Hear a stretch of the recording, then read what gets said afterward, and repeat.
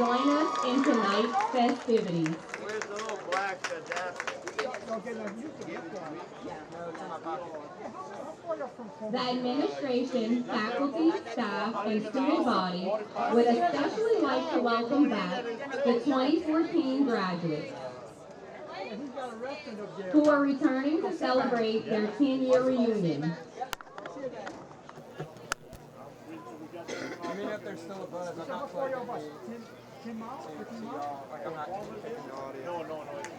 Also, please welcome back the graduates of 2004 for their 20-year reunion. You're plugged in, right? Yeah. That's the Senate. I gave you her phone number.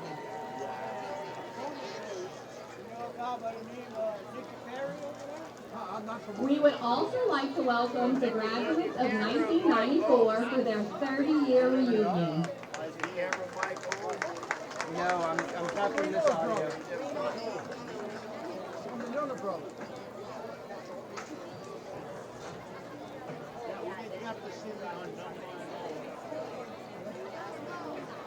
I think I sent it to you already. What's her name again? Natasha. Her last name is Jamal. You're good. We good? I can Yeah. talk? Yeah. Cuss who I want? You We can put them all out there. Yeah. That's Her last name funny. is Jamal. She talks like him up there. With that accent. Oh, yeah. You know what it is? Up in the pocket. That's where he lives. He's been living there for years. Mic, check. And Mic. please welcome the graduates of 1984 for their 40-year reunion. All right. She's coming tomorrow.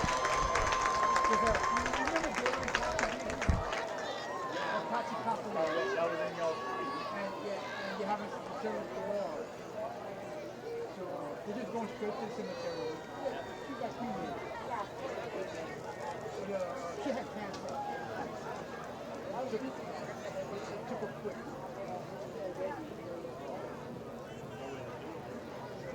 I haven't seen you in the gym. What's wrong?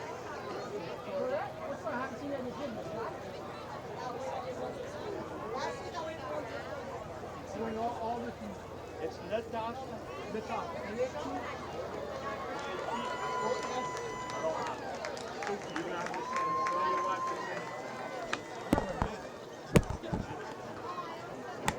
That's the thing. That you train them, we know. You don't hear a buzz no more?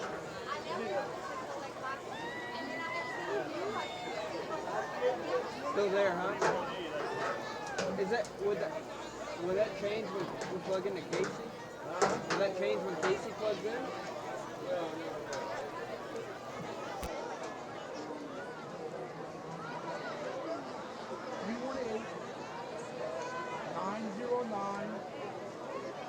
318-909-0792. Lastly, the class of 1974, celebrating their 50th year graduation. My daughter graduated from Clinton High School. Yeah. But she used to live in Boja at one time.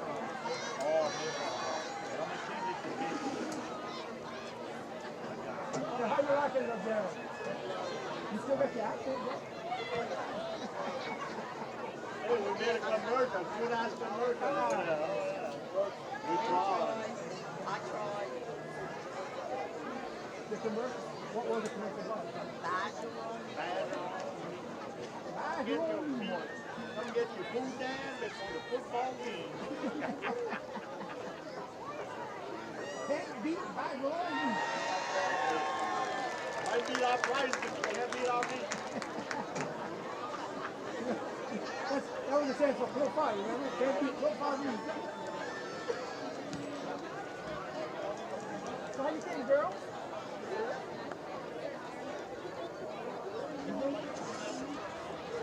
Jordy's got your little ones at home. Allison and Olivia. That's good. tomorrow. What happened was, the co-worker, when I friend with her, I think you have to get like a lottery or whatever. She got on the lottery, and she got the ticket, but she didn't want to go. So she said, look, I got 4 tickets. She said, I want it. I said, how many tickets is like a 4? Oh, yeah. She said, right around 100. Right now, she could probably get $5, $600 for that. Or $1,000, yeah. So they make them no friendship big. She got a Ziploc bag full of that shit.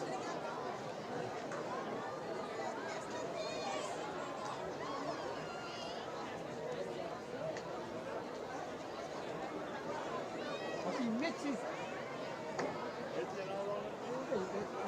Get your hand to that. That's it. To the classes of 2014, 2004, 1994, 1984, and 1974. It's great to have you all back.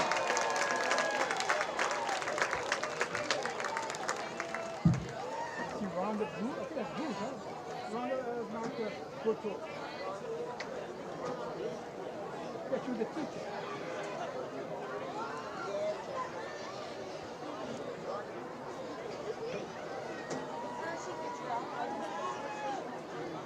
Look at all the more people. Look at the more people. They got all some gray hair. Levi's your name.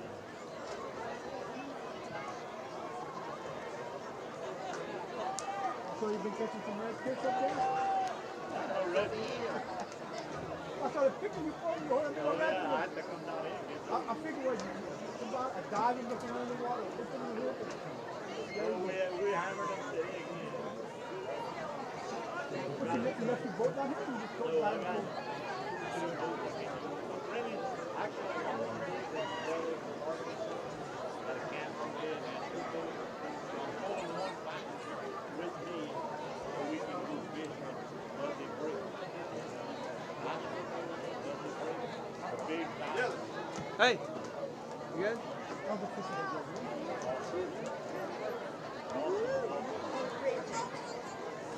Hey, baby, how are you?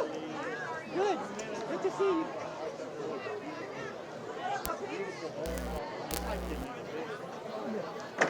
Coming here, I used to go to the gate over there. Just like I want. I wish she my book to get money. This house is too hell to take the gate. You gotta have a clear bag.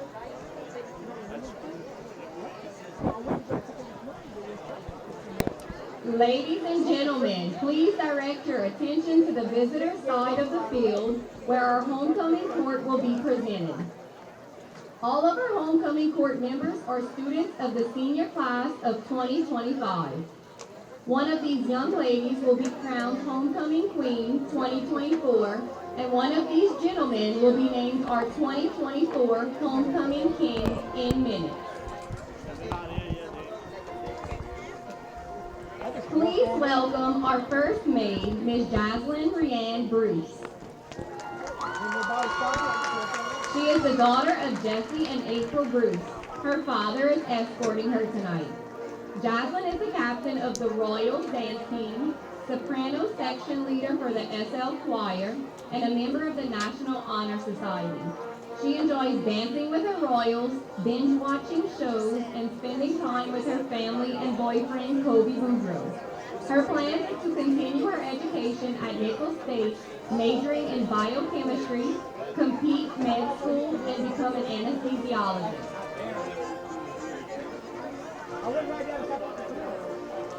Jaslyn's escort is Mr. Jonah Otan. Jonah is the son of Christy and James Otan. Jonah is a member of the Tarpon football team, golf team, and executive board member of the Tarpon Student Council. He enjoys playing golf with his buddies, spending time with family and friends, and skipping rocks in the bayou. Jonah plans to attend ULL to become a mechanical engineer. Court members, Ms. Jaslyn Bruce and Mr. Jonah Oten. The second homecoming maid is Miss Trinity Beth Como. She is the daughter of Mr. Darrell Como and Miss Amy Janice. She is being escorted by her father. Trinity is a member of the Pride of South Lafourche Marching Tarpon Band, president of the Math and Science Club, and president of Tarpons for Christ. She enjoys volunteering, socializing with her friends, and playing Roblox. Her plans are to attend Northwestern State University to become a music teacher.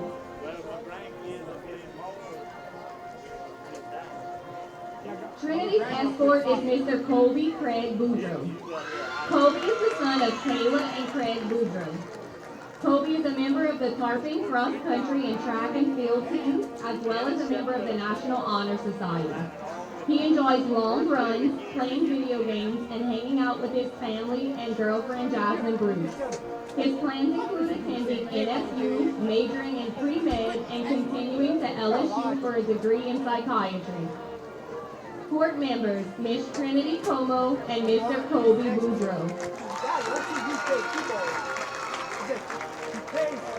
Our next homecoming maid is Miss Shia James Dardar.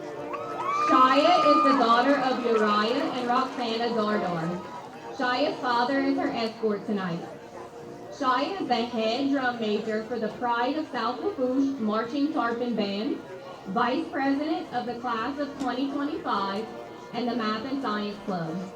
She enjoys creating digital art and outfits for Ren Fair and hanging out with her pets, Mango, Jake, Pete, and Marie. She plans to attend Nicholls State, majoring in marine biology with a minor in art to become a marine biologist. Shia's escort is Mr. Bennett James Bourgeois. Bennett is the son of Timmy and Molly Eshe and the late Mike Bourgeois. He is a member of Give Kids the World and a member of the football and golf team. He enjoys playing golf, hunting, and fishing. He plans to continue his education at Nicholls State, studying petroleum engineering, technology, and safety management. Court members, Ms. Shia Dardar and Mr. Bennett Bourgeois.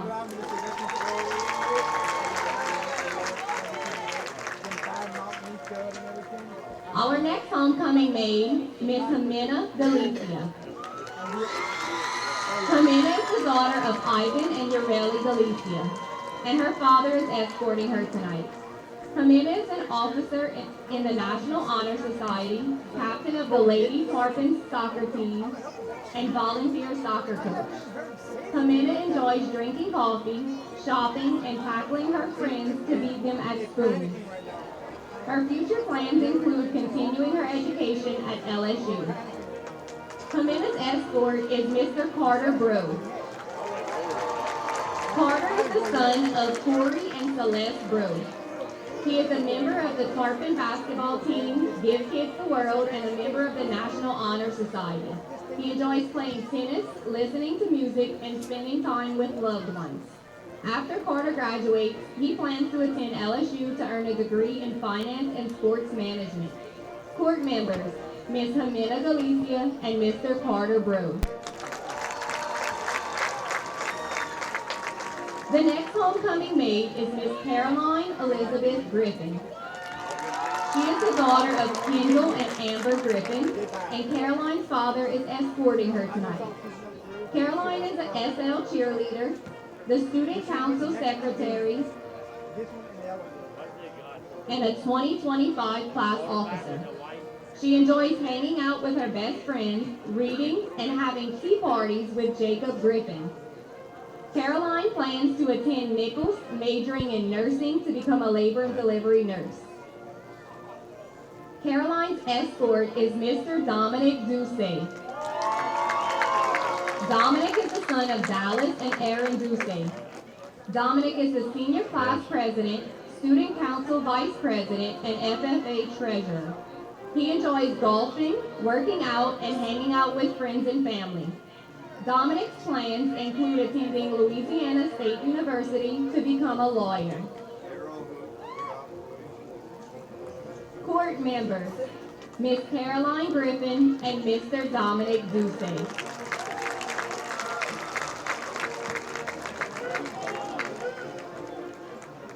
which way the one building, right before kickoff. Boom! The power went out.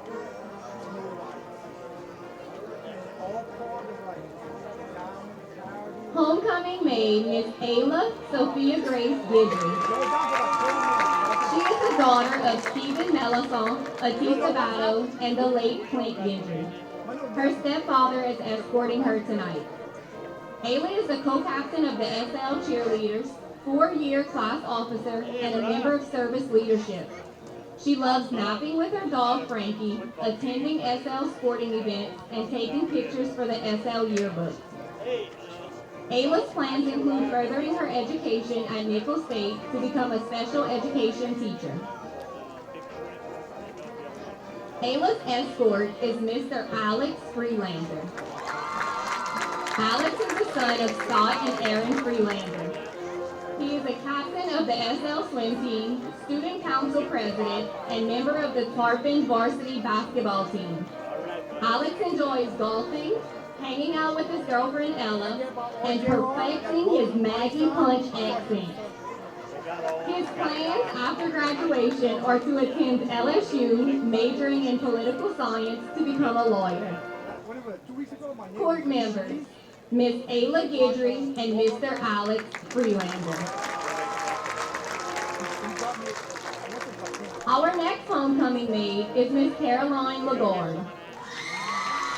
She is the daughter of Chris and Samantha Lagarde. Her father is escorting her tonight. Caroline is a 4-year member of the varsity cheer team, a senior class representative, and vice president of NHS. She enjoys reading, playing spoons with the girls, and hanging out with family in Grand Isle. Her future plans are to continue her education to earn a degree in psychology. Caroline's escort is Mr. Bo Michael Gidry. Bo is the son of Michaela Gidry. He is the FFA parliamentarian, member of NHS, and a member of the track and cross-country teams.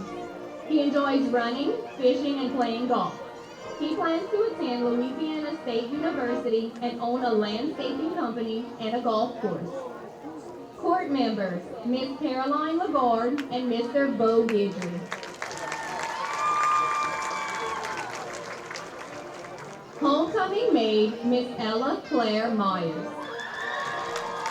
She is the daughter of Joseph and Christy Myers. Her father is escorting her tonight. Ella is the National Honor Society president, senior class secretary, and student council member. Ella enjoys reading romance novels, drawing and painting, and spending time with friends and family. Ella was also named the SLHS Student of the Year. She plans to attend Nicholls State, majoring in elementary education, minoring in literature, and earning a master's degree in counseling. Ella's escort is Mr. Dax Gidry. Dax is the son of Jared and Kelsey Gidry. He is a member of the National Honor Society, FFA, and the cross-country team. Dax likes to run, play golf, and play cards. He plans to attend Nicholls State and become a chiropractor. Court members, Miss Ella Myers and Mr. Dax Gidry.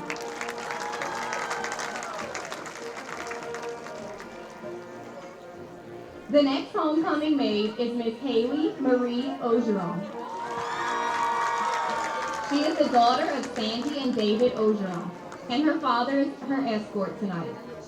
She is a co-captain of the Royals dance team, member of the student council, and the yearbook staff. Haley enjoys spending time with friends, shopping, and playing spoons.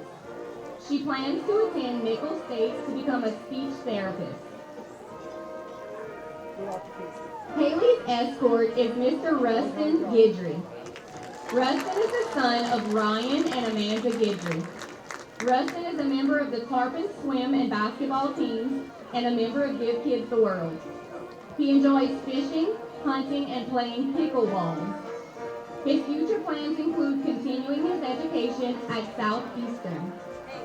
Court members, Miss Haley Ogeron and Mr. Rustin Guidry. Our next homecoming maid is Miss Ada Claire Plaisance. She is the daughter of Danielle and Timmy Plaisance, and her father is escorting her tonight. She is the secretary for NHS, representative for the class of 2025, and a panelist of the Quiz Bowl team. Ada enjoys spending time with loved ones, reading, and crocheting.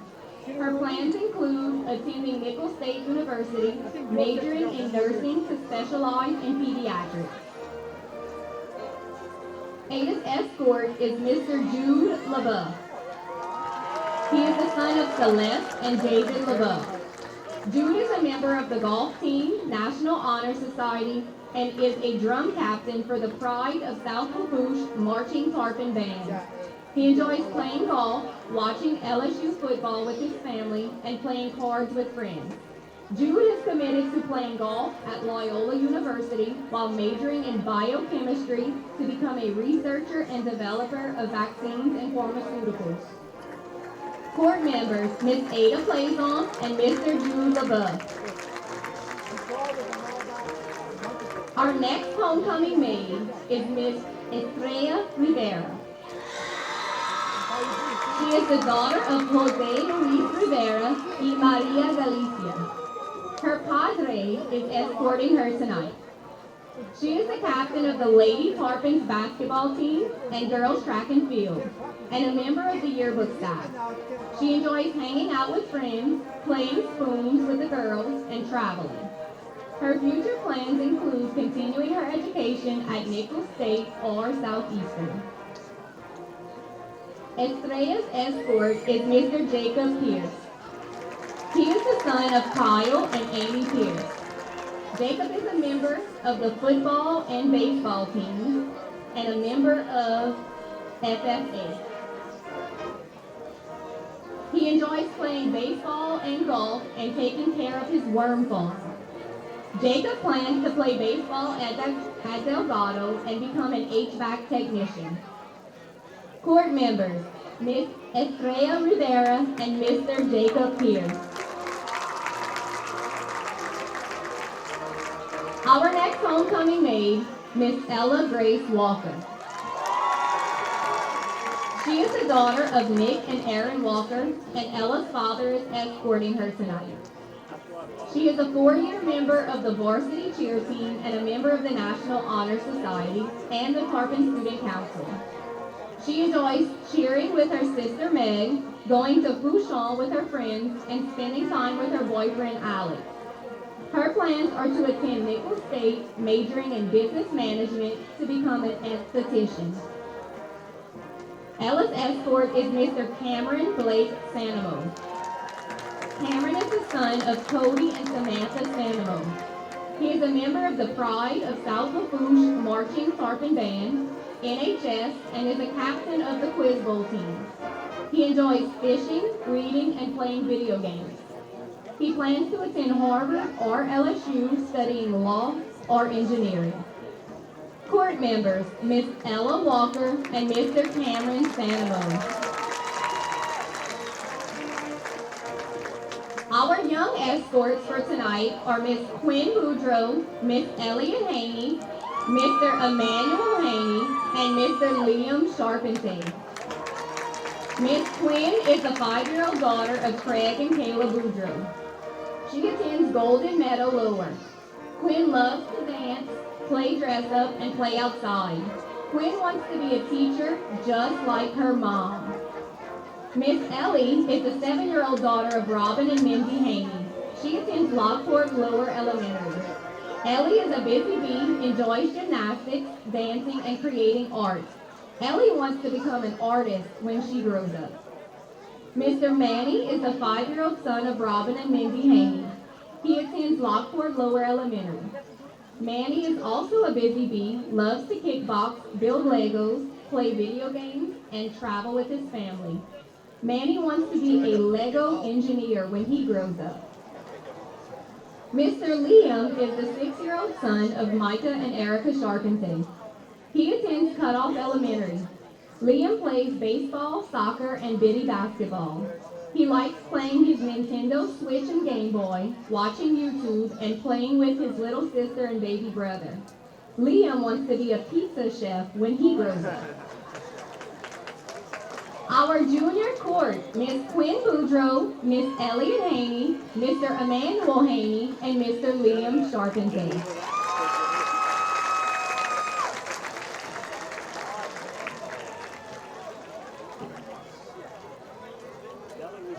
We would also like to welcome back our 2023 Homecoming King, Abram Bird, and Queen, Valeria Galicia.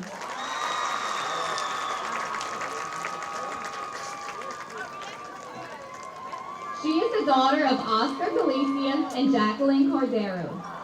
Val is attending Nicholls State University, majoring in nursing. Abram is the son of Kent and Laney Bird. He is a political science major at LSU. Welcome back, Abram and Valeria.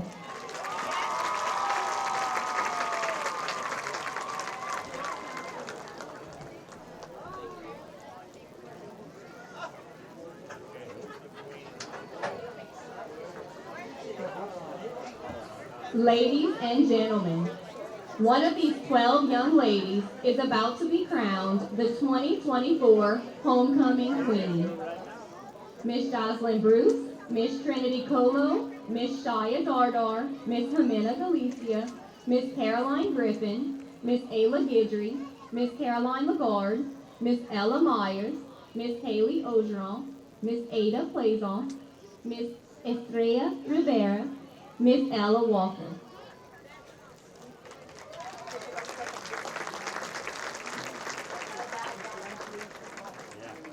And now, the 2024 Homecoming Queen is Miss Estrella Rivera.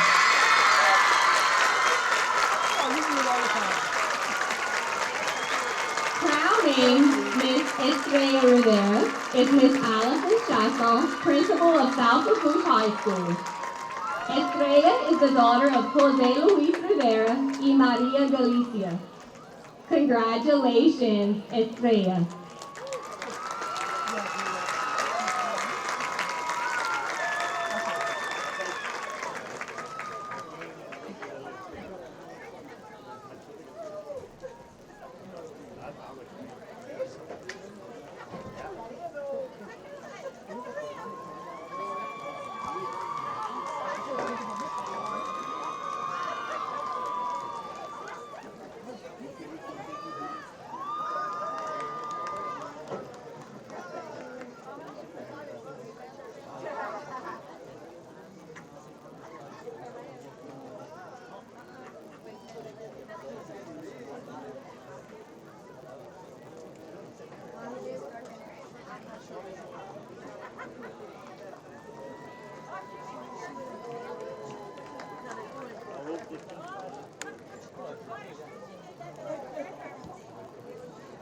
Now, one of these 12 gentlemen will be crowned 2024 Homecoming King.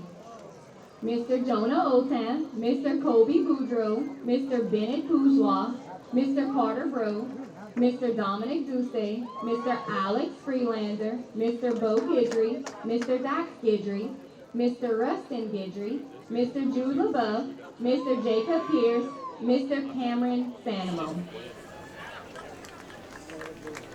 And now, the 2024 Homecoming King is Mr. Rustin Guidry.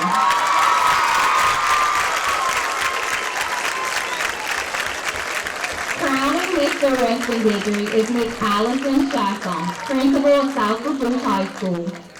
Rustin is the son of Ryan and Amanda Guidry. Congratulations, Rustin.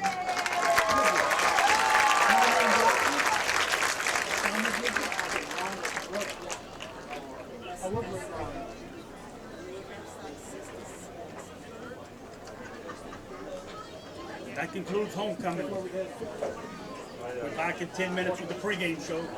Stand by.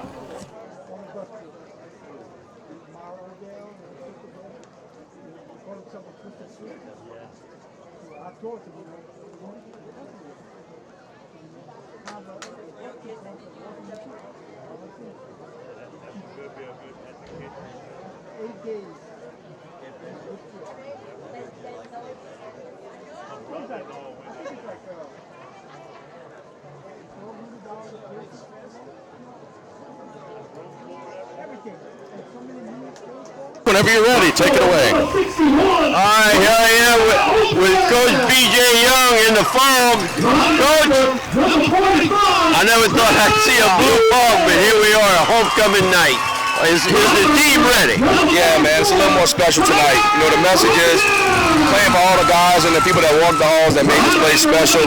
So we guys got to mean a little bit more tonight. You got to dig a little bit deep and play with a little more energy.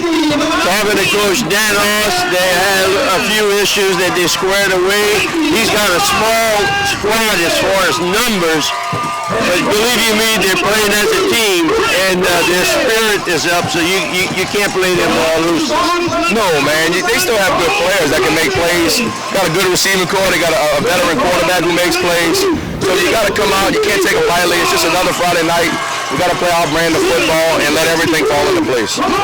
I guess our defense is ready, and our passing and running game combination should work well tonight. Yeah, man. We had our stride last week versus the Assumption game. So just looking to carry some of that momentum. Our guys had a good week of prep. We wasn't complacent. They kept pushing. Corrected the mistakes and got better from it. So looking to have another good week offensively and defensively. Week to week, we keep seeing improvement with discipline, less 15-yard penalties. We are beginning to click as a complete team. Yeah, and we're getting better every week, man. I think if you're watching us and you're following us, we're becoming a better football team every week, and that's all you can ask for from young men, to keep their head down and keep working hard. So as a coach, I'm pleased. I like where we are right now. Just have to get a little bit better every week. We still have one too many, so zero's the goal. All right, well, good luck tonight. Homecoming. Yep, thank you, man. That is B.J. Young chatting with Truck. We are just minutes away from the opening kick. Jason, let's go ahead and take a 3-minute break. When we get back, we'll keep the train rolling here on our pregame. We'll get Brian Colley's keys to victory. We will get our coin toss brought to you by State Bank and Trust Company. We got South Lafourche and Morgan City here on the Tarpon Sports Radio Network. Looked fondly upon in the last ball game. In the Assumption game, Josh Mack, boy, was he good. 19 of 21, 333 yards, 3 touchdowns, and no interceptions. Brian, BJ said it. I agree. His best game as a Tarpon. Oh, without a doubt. And look, again, offensive line giving him time to throw a football, and he's going to have 19 of 21. That's an awesome job. And part of that was great receiving stats, because look at that balance there. Terrence Petrie, 4 catches for 131. Landon Dardar, 5 catches for 73. Landon Jarvis, 5 catches for 62. Jacob Pierce, 4 catches for 47. Dre Hughes, 1 for 20. Jarvis had the 2 touchdowns, but how about you like that balance? 4 catches, 5 catches, 5 catches, 4 catches. How do you key on anybody? Yeah, it's tough to do, and the receivers do such a great job of we'll just go to the coin toss. Coin toss brought to you by State Bank. Truck, take it away. J.P. Pierce and number 60, Jonah Bolton. All right, gentlemen, let's shake hands. Runners tonight, 73, Maurice Lamont. Number 45, Talon Dewey. All right, guys, week 8, Louisiana high school football. Let's have a good, clean game. Blue talk to blue, white talk to white. And remember, guys, right here we're supposed to be having fun, okay? Morgan City, you're the visiting team. Heads, tails, what is your call? Tails. His call is tails. We won the toss. We want the ball. You want to receive, you're going to kick from the clock, okay? Go this way. Morgan City wins the toss and watch it. Webb and Mancuso are the captains for the Tigers. We'll see if, the Tarpons got all the seniors out there, but we'll see if we could get those front 4.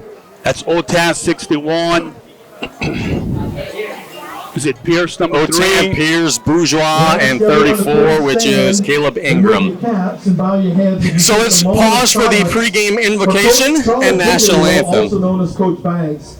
Coach Banks passed And also away a moment of last silence for Coach week. Baggs, which was He was the director requested of by the external relations LHSA. LSU football, the head coach of Independence High School, where he led his team to 205 victories and 2 state championship appearances.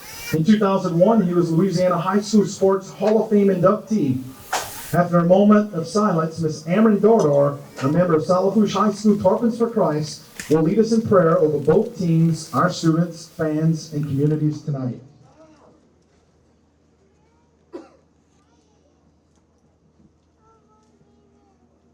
Dear Heavenly Father, we ask as we gather for this game that your presence is among us. We pray for good sportsmanship, that every player honors the spirit of the game and respects their opponents. Keep all athletes safe from injury, allowing them to play to the best of their ability. We give thanks for the returning alumni and the military, whose dedication and sacrifice inspire us. May their presence bring joy and a sense of community to this event. Let this game and the weekend be filled with fun, camaraderie, and lasting memories. In your holy and precious name we pray, amen. Please remain standing as we honor our American flag. The colors tonight are presented by Lafourche JROTC, Tarpon Battalion Color Guard, commanded by Cadet Serrera Adams, assisted by Cadet Alejandro Rios, and Cadet Brandon Chauvin, Cadet Bobby Lewis. Our national anthem will be performed by the Pride of Lafourche Marching Tarpon Band.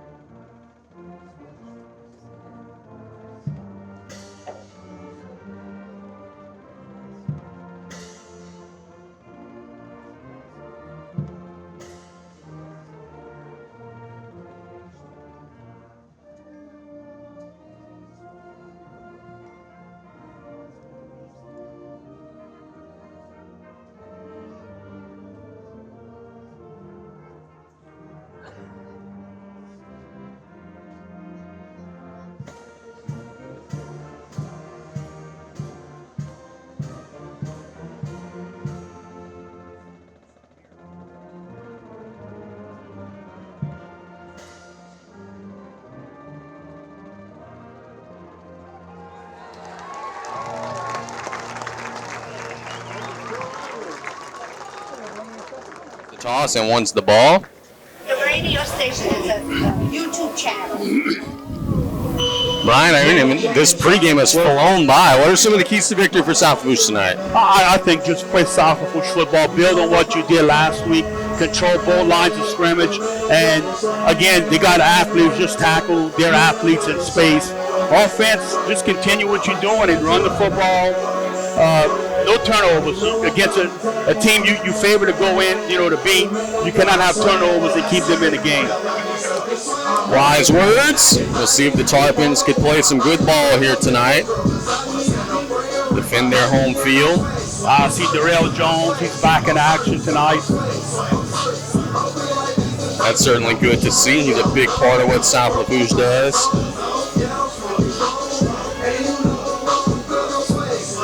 Tarpons are about to take the field. We got a big listening group back at the campground again. Oh, yeah? Well, we thank them so much for joining us tonight. You ever heard of Find the Popcorn? I have no idea, but it sounds like something I would thoroughly enjoy. Well, if you'd see who's cooking it, you probably would change your mind. Serrano's kicking the ball for the Tarpons. Left to right, we're underway. Ball's going to be fielded at the 15-yard line, working up the field, and here goes a seam across midfield. Serrano actually helps to make the tackle, so Morgan City comes right out of the gates and gets a big play on special teams. Hayes on the return. All the way out to the Tarpon 37-yard line.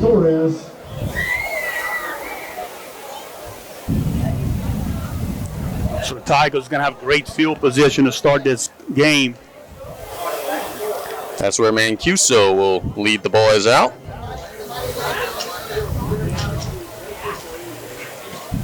So it'll be 1st and 10.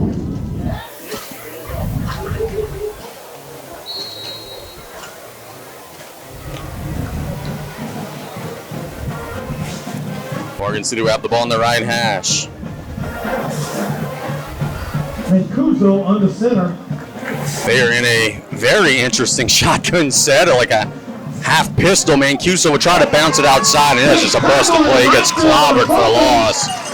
I don't know exactly what that was supposed to be there, but it ends up being basically a busted play. It looked like it was going to be just a design quarterback run. The play never developed on their offensive right side. Torpens did a good job of pressuring and getting the sack of about -7 yards. Yeah, back to the 45-yard line, so it'll be 2nd down and 17. Morgan City in all white, Tarpon's in the home blue. Mancuso in that gun. Throws it to the sideline. It's caught by Bias. He's going to be tripped up at the 40-yard line by Terrence Petrie. So not a bad job there. You give up the catch, but you rally right to the ball and make a play. 3rd and 11. And it'll be 3rd down and about 11. And a good job by the Tarpons. Tackle the guy in space. 4 receivers, Casey. Look at this. Empty set. They got 4 receivers to the right side of the field, 1 to the left. Play action, or not play action, pump fake rather by Mancuso. Shoots it deep down the field for a wide open touchdown. Boy. The Morgan City Tigers go straight down the field. The Tarpons bid the cheese. And Bias on the long touchdown reception, and it's 6-0. A nice pass. Quarterback did a good job stepping up in the pocket, pump fake. Defensive back, I believe that was Petrie out there, bit, and let the guy get behind him. So at 10:29 to go in the opening quarter, Morgan City strikes first. Now let's see if they could convert the extra point.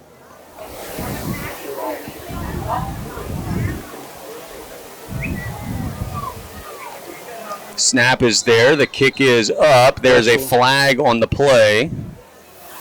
The latest attempts, the extra point, there's a flag on the play. The kicker for the Tigers is Villegas. They have a dead ball false start. We have a false start against Morgan City.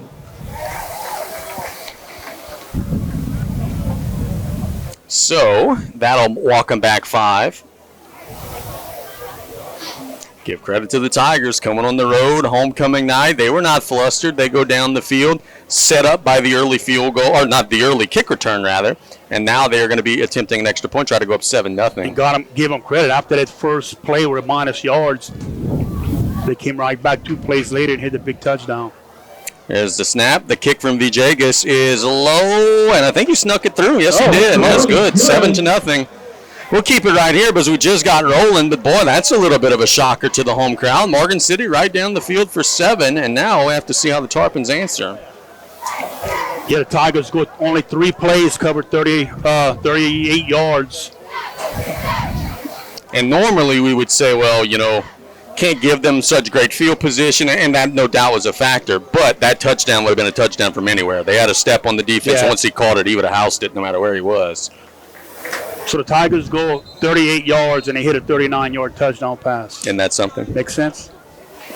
That's this beautiful game that we watch every Friday and Saturday and Sunday. I was complaining about officiating to Rafael Esparza on the pregame, and Rafael said, hey, are you still going to watch Sunday? I said, yep. Well, he said, well, shut up. Yeah. Yes, sir, Rafael. Villegas will be kicking it from right to left. Looks like Dre Hughes, looks like Jarvis, and number 7 for South Lafourche, which is Jaden Lee. Meathead also at the 26-yard line. Pierce at the 35-yard line. Here's Villegas' kick. Little sidewinding kick. It's by the first wave, and the Tarpons fall on it at the 32-yard line. And I was talking to Coach Sanamo before, and he was worried about this. He says, I don't know how we can defend. A lot of times they try like onside kicks, like a squib kick right there, and he said they're pretty darn successful at it. And look right there, it takes a bad bounce for your receiving team they can recover those. First and 10 for the Tarpons at the 31-yard line as we thank the French Food Festival. Know we got some listeners out there. Great family food and live music. Also, State Bank and Trust Company banking, you can count on them, FDIC.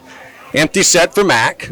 Throws it to the sidelines. It's scooped and caught by Pierce, I believe, out there. Yep, he's got a gain of about 5. JP for about 4 yards. Good job by Pierce keeping that one off of the turf. Yeah, Pierce went down and where the ball was thrown. First thing, get the reception first. Ball to the 36-yard line, 2nd and 5. Meathead comes into the backfield. He'll take the carry, big push, bouncing outside, falling across the 6. That's a Golden Motors first down. So the Tarpons get 11 yards in 2 plays. And a Golden Motors first down. Good push by the offensive line on the left side for the Tarpons. Nice job by Dardar being patient and letting his blockers get out there and just followed his big blockers for a good game. We thank Thibodeau Regional Health System, a leader in bringing the latest and best technology to our region. Duct Fab, also the Blue Boot Foundation, driving awareness to childhood drowning. Make a difference. Empty set for the Tarpons, 5 receiver empty set. Strong side of the field to the right. Mack, straight drop. Shoots it deep down the seam to Hughes. Incomplete. Off his shoulder pads, incomplete. Could have been a big play there, but popped off the shoulder pads of Dre, and it falls incomplete. It'll be 2nd and 10. Nice route by Hughes. Good job by Mack getting him the ball. It's just a classic case. Hughes turned, tried to run before he actually caught the ball. Yep.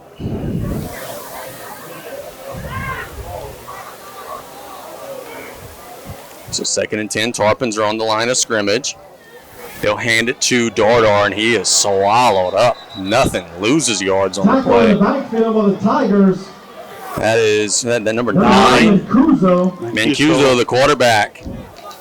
Showing, hey, I could do more than quarterback here tonight, boys. Making a big play in the backfield, and the Tarpons got 3rd and 11. Better wake up here, boys. Got to get to the 48-yard line. Strong side of the field to the right. Mack looking to the sidelines.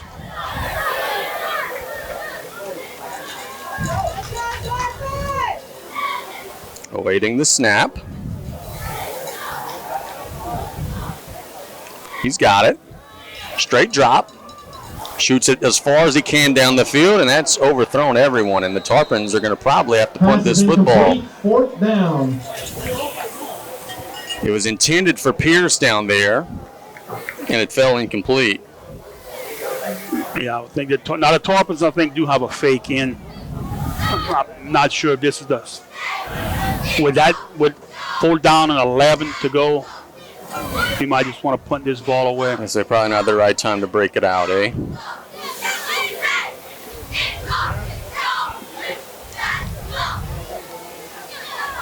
So the Tarpons have the punt team out there. There's the snap, and it is kicked, and it is not much of one. That'll bounce off of a Morgan City player, I think. Maybe not. Hughes will kill it at the 48. It sure looked like it did. Tyrese Edwards on the punt. Yeah, Edwards was punting it away, but again, great field position for the Morgan City Tigers. And oh, Big Blue better wake up. It has been a rough start to the game here for South Lafourche, giving up the early score and now giving up great field position. Tarpons, just don't panic here. First and 10. From the 49-yard line, Mancuso in the gun. It's another one of those weird hybrid pistol shotgun sets. They toss it out there to Bias, looking to turn the corner. He's going to be shoved out of bounds after a short gain. Pretty good job in pursuit by South Lafourche. Gain of about 1 or 2. Pushed out of bounds for number 19. Yeah, that was a good job by the Tarpon defense there. Bias just trying to use his speed to get to the outside, but the Tarpons had good angles on the play to only give it a 1-yard gain. 8:17 to go in the opening quarter. Morgan City out in front, 7-0.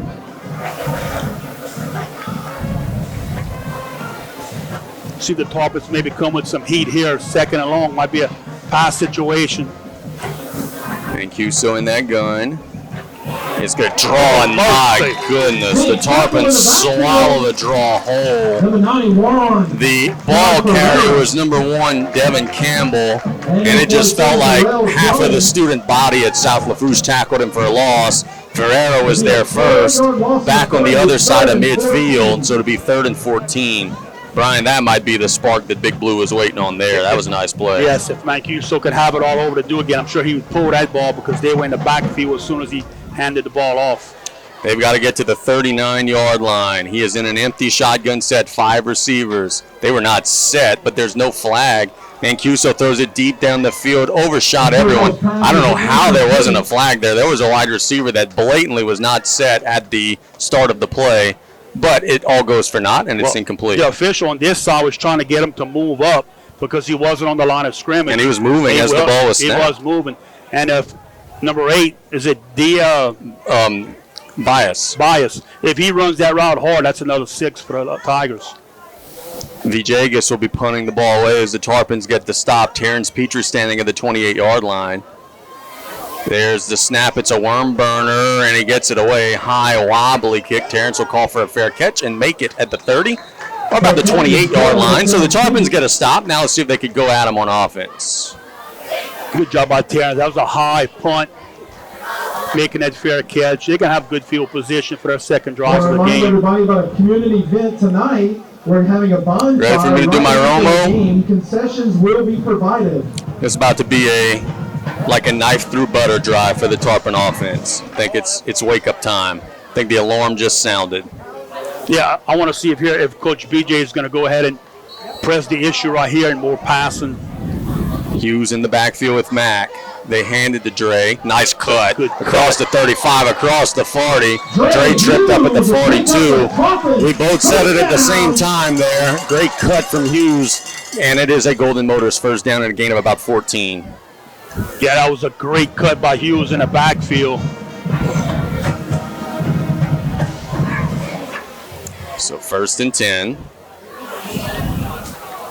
Ball at the 43. Tarpons have it on the right hash. They throw it out to Hughes on the sideline. He works up the field, gets across the 50. Pass to Hughes. Looked like kind of a quick count there, like the offensive line really didn't know that the ball was snapped. But Mack just got it out hot to Hughes, who picked up 7 yards. 2nd and 2. So they make something out of nothing there, and it'll be 2nd and 3 with 6:40 to go in the opening quarter. Morgan City up 7-0. Tarpons trying to answer. Morgan City's playing way off this. They're 10 yards off the line of scrimmage. There's the snap. Handoff to Dardar. Not much. Pretty much no gain. He'll get back to the line of scrimmage. If I had to guess, Brian, Coach Rafe Plaisance is not going to be happy with the way his offensive line is firing out right now. As the Tarpons are struggling to run the football. Yeah, it's almost like they're trying to get to the second level before taking care of that first level. That's very well said. This is 4-down territory here. The Tarpons don't pick it up right here. 3rd down and 2. Mack will throw it out there to Jarvis. Jarvis has a first down and more. Across the 40, across the 35, stumbles to about the 30-yard line. That's a Golden Motors first down. You know what? Let's go ahead and make it a Blue Boot bomb as well. Move the chains. Good pitch and catch. Yeah, it was a good job. Just in the flats, caught the ball, picked up the first down easy, and had the extra yardage to boot. So the Tarpons will move the sticks all the way down to the 28-yard line, they'll say. Ball on the left hash. Mack has some time. Boy, has all day back there. Shoots it down the seam high. Intended for Jarvis. 2nd and 10. He had time to have a picnic back there. He had all sorts of time. Then shot it out a little bit hot. Give credit to Morgan City's defenders there. Pretty good coverage down the field. Yeah, and give credit to big number 68 for Morgan City. He could have come in and hit Mack late. He held up to avoid that penalty. That is Sargi. I like that they got nicknames on the roster. Caden Biscuit Sargi. Biscuit Sargi. 2nd and 10 for the Tarpons. They're closing in their shotgun set. Mack hands it to Dardar. Bouncing outside, that's more like it. Inside the 20, driving out of bounds to about the 16. That is a Golden Motors first down into the Absolute Fitness red zone. Give Dardar tons of credit. He stayed behind his blockers. He saw there was nothing in the middle. He just cut it to the outside, picked up that first down. That was a heck of a run by Dardar. So he gets it to the 16-yard line, and the Tarpons will play 1st and 10 from there with 5:14 to go in the opening quarter. Happy you're with us. Also happy that we got our play clocks working again. They were down last week. Strong side of the field to the right. Hughes is out that way. Mack handed to Dardar. Big hole. Inside the 10, inside the 5. Easy touchdown. That's more like it from the Tarpon offensive line. They drove him off the ball there, and Meathead punches it in. And the Tarpons are an extra point away from perhaps tying this game up. They're like the same play to this side of the field that they ran the last play to the other side of the field. Dardar once again reading his blockers. This time he turned up the field to finish the touchdown run. So number 19 for South Louis, Jair Torres, will be on to try to tie it up. The flag squad having some fun. I see we got a banana. We got Darth Vader. There's the snap. Torres' kick is wobbly, but I think it's through, and it is. So we're tied at 7. Let's go ahead and take our first time out. A 1-minute break. 4:54 to go in the opening quarter. We're tied at 7 here on the Tarpon Sports Radio Network. Serrano kicks it off, and the young man from Morgan City catches the football going to the ground. So he will be down at the 22-yard line. The Tarpons will take that any day of the week. We were just discussing during the commercial how field position had been an issue. That was Hayes who caught it at the 22, so the Tigers will take over there. Well, Hayes called for the fair catch. Did he? Oh, wow. And he dropped the ball, and the official blew a whistle. So if the Tarpons would have recovered the ball, it could have been an inadvertent whistle. Oh, the home fans would have been thrilled by that. 1st and 10 from the 22-yard line. Mancuso will lead his guys out there. They got the one long touchdown pass. Devin Campbell in the backfield. Man in motion is Bias. Mancuso under some pressure, steps up, shoots it as far as he can down the field. Oh! Terrence nearly intercepted it. It falls incomplete. 10 Tigers. That one was intended for, is that 9 or 19? That's 19, McCleary. But the only guy who had a chance to catch that ball was Terrence Petrie. Look, the Tarpons got to be careful here. They're sending everybody deep. That quarterback, if Mancuso can tug the ball and run, he could run, yeah. He has a lot of room up the middle. Yep, that's a good point, Brian, because I saw the same thing on that last play. He probably should have ran on the last one. Campbell with Mancuso, 4-receiver shotgun set, ball on the left hash, and they snap it before he's ready, and he's going to get clobbered and smothered for a Terry L. Hunter III tackle for a loss. Tackle over number 44, Tucker Duncan. And frankly, there's no way to sugarcoat it. That's the stuff that winless teams do right there. That's just a mental miscue. Ball back to the 20-yard line. Yeah, Tigers are very lucky they fell on the football because everybody was just standing around. 3rd and 12. 4:20 and counting. It is 3rd and 12. They've got to get to the 32-yard line. Scoreboard update from Tom B. Smith. It's 0-0 with 3:30 to go in the opening quarter between Terrebonne and HL. Morgan City with that same bunched-up quad set to the right side of the field. Mancuso drops the snap and gets clobbered. The ball loose, and the Tarpons got it. South Lafourche picks up the fumble. I think that is 47. Darrell Jones who picks up the fumble. So maybe a little gun-shy there after Mancuso has a snap issue the play before. He dropped it that time, got clobbered, and the Tarpon defense forces a turnover. And they're in the Absolute Fitness red zone at the 12-yard line. Yeah, Mancuso had the ball, and he dropped it. He was looking to his right and just lost control of the ball. Tarpon's bringing in an I set.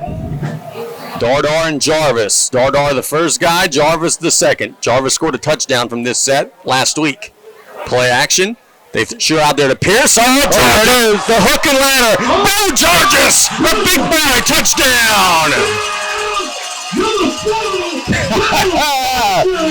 On homecoming, BJ goes in his bag of tricks. They go to Pierce. Pierce underhand flips it to Georges.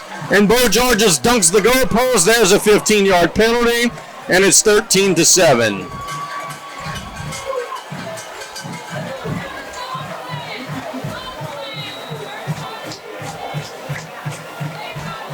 See what Morgan City opts to do with the penalty.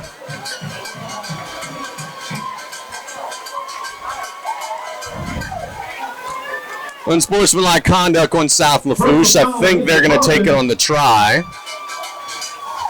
They're still discussing it. I would take it on the kickoff. I mean, this is. The thing is, there's no promises you're getting a stop even if they take it on the try. Obviously, the Tarpons would go for 2, but they may well convert a long play. BJ may have another trick up his sleeve. And, they are going to take it on the kickoff. Yeah, you got to play field position here. Yeah, I think that's the right thing to do. So Georgia scores it. You give them an assist there to Pierce. Now Yair, I keep calling him Yair Torres has the kick, and it is up and good. So the Tarpons have taken the lead. 3:52 to go in the opening quarter. We'll be back in 1 minute with South Lafourche now out in front on the Tarpon Sports Radio Network.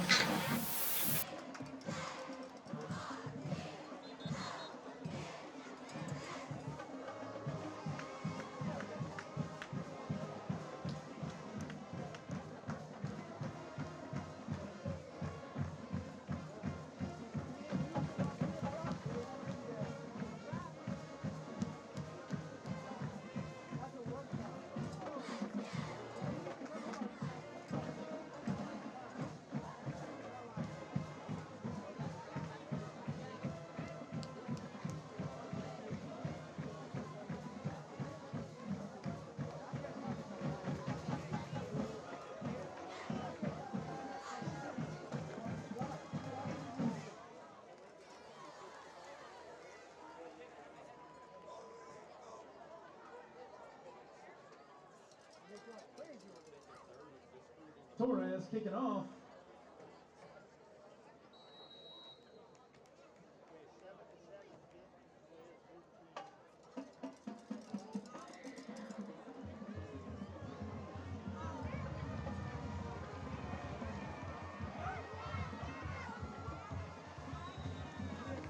The Tarpons kick it down the field. Bias catches it at the 35, works outside, makes a man miss, and he's pushed out of bounds at the 45 or so. Morgan City will take over there, down a score, 14-7 with 3:43 to go in the opening quarter.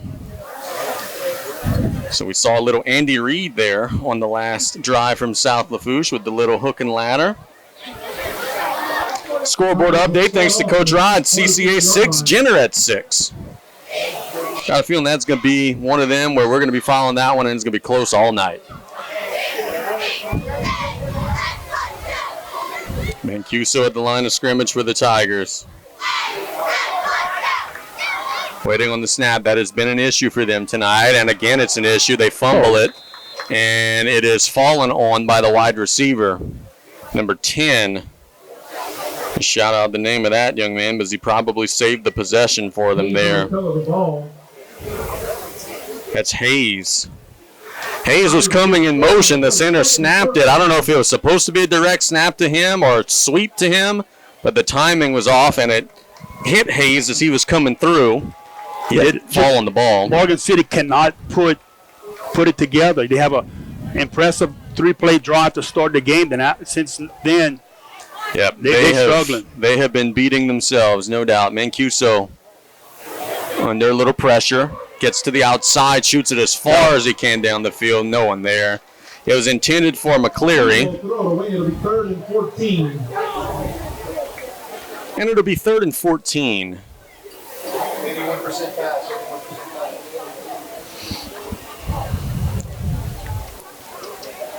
Starting the second quarter out there over at Tom B. 0-0 Terrebonne and HL. HL fighting them all week. Terrebonne said they had that one in the bag. Hey. Yeah, maybe, maybe not. 3rd down and long. Mancuso in a 4-receiver gun set. Gets the snap. Steps up. Shoots it down the seam. Incomplete. Mancuso needs to run the football, Brian. He could have easily ran for a first down there. Instead, he shot it down the field to Boatman, and it fell incomplete. But, boy, he had nothing but green grass and opportunity there. I'm not sure why he's not tucking that ball and running because it's wide open. And no fault of the defense. I mean, they're trying to rush the quarterback. He's breaking out the pocket. He has some room to run, but choosing not to. Vijagas will be punting it away. Terrence Petrie standing at the 32-yard line. It's a low snap. Vijagas kicks it away. It's a pop-up kick. Will bounce off of a tarpon. 75. And they will fall on it at the 45.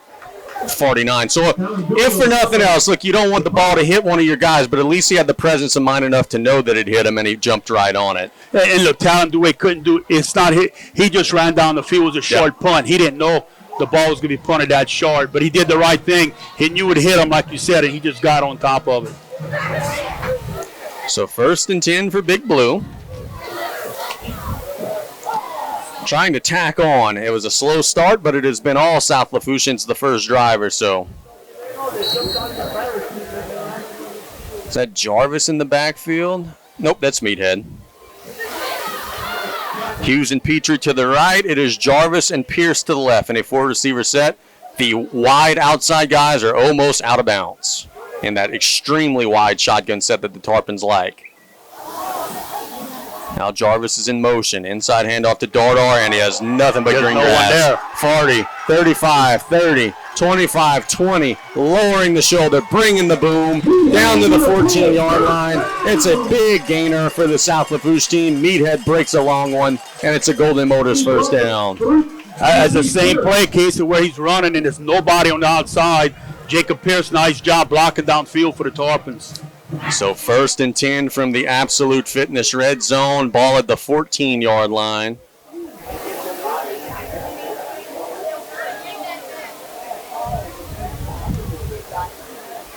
Strong side of the field to the right. Tarpons bringing that I set. Meathead the first guy in.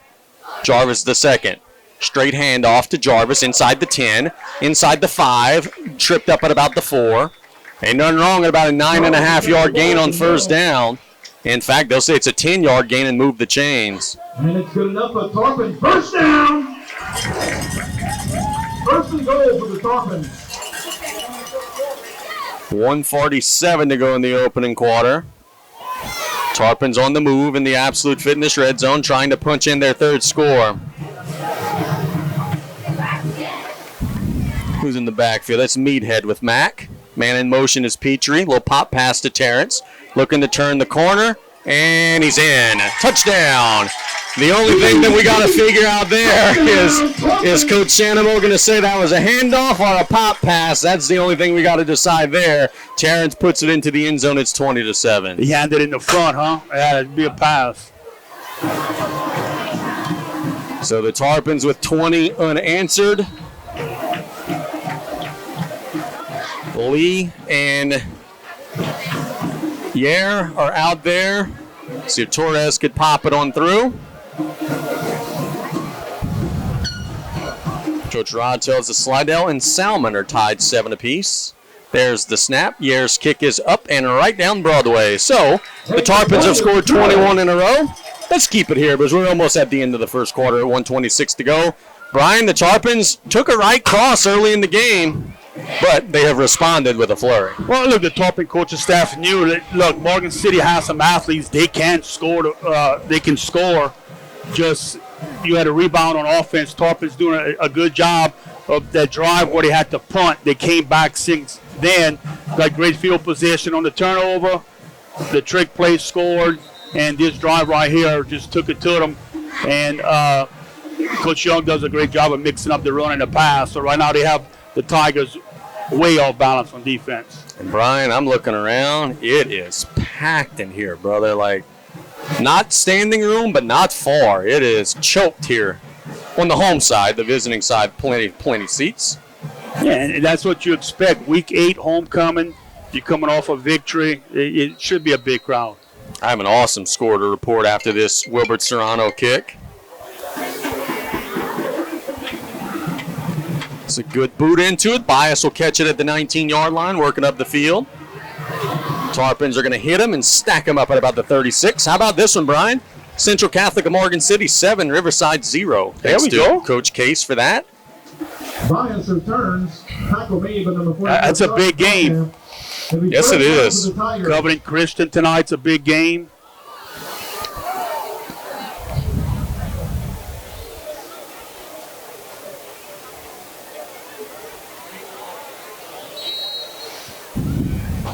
First and 10.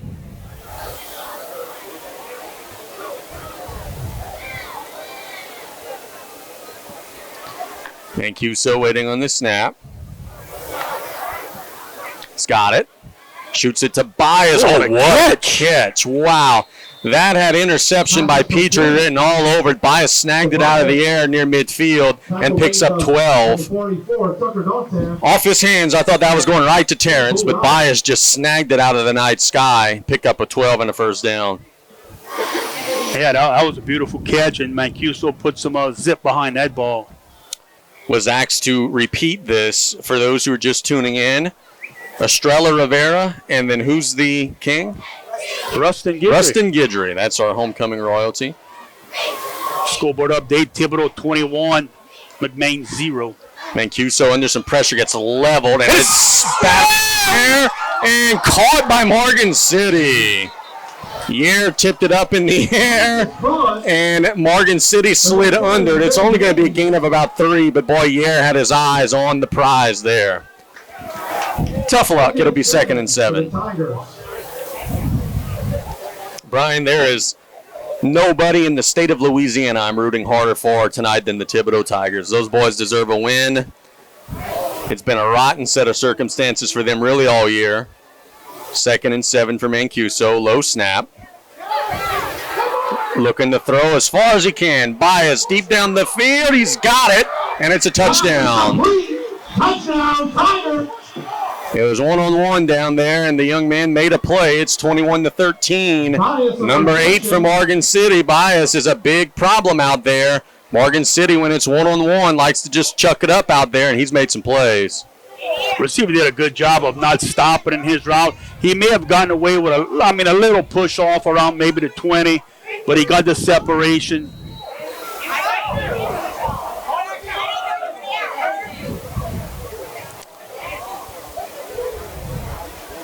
Waiting for the kick. And another flag. 12. 12 on the field. Yeah, too many people on the field for the Tigers. So that'll make the extra point a little more difficult. They barely snuck it through the last time. H.L. Bourgeois on the goal line, threatening to strike first at Tom B. They're at the 2-yard line. Villegas kicking for the Tigers. Villegas. There's the low snap. Gets down. The kick is up, and it is good. So let's go ahead and catch a break. It is, you know what, let's not catch a break. There's 8 seconds left to go in the opening quarter. So let's keep it right here. Brian, it's a first quarter that feels like it has lasted an eternity. We have seen a bunch of points. We've seen a bunch of explosive plays. And we have seen Morgan City score 14 and the Tarpons 21. What are your takeaways so far as we watched roughly a quarter of action here? Well, Morgan City can score any part of the field. Tarpons doing a good job up front. We just got to get our DBs. They can't get behind you. And the Tarpons just got to keep pressure on the Tigers. You keep scoring. And that, look, ultimately at the end of the day, that's going to be the issue. How many stops can Morgan City get? I don't know that the answer to that is very many. But I know B.J. Young's not going to be happy with the top getting taken off of his defense twice in the first quarter. See if the Tigers try a little something on this kick. You mentioned earlier in the broadcast that they like to do some shenanigans.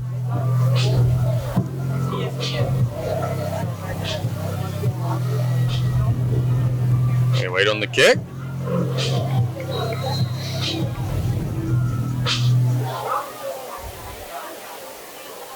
There is an onside kick, and the Tigers are all over it. They had way more white jerseys than blue there. They were all over that one, and Morgan City will recover it. And they'll have the ball at the 46-yard line. So talking to Coach Scott Sanamo before the game, he said that was a concern, that they do it very well. And right there, that was great execution by the Tigers. So we'll be 1st and 10 for Morgan City on what we think will finally be the last play of the first quarter. Mancuso sending Bias in motion. There's the snap. Throws it as far as he can down the field. Incomplete. And a very late flag comes out.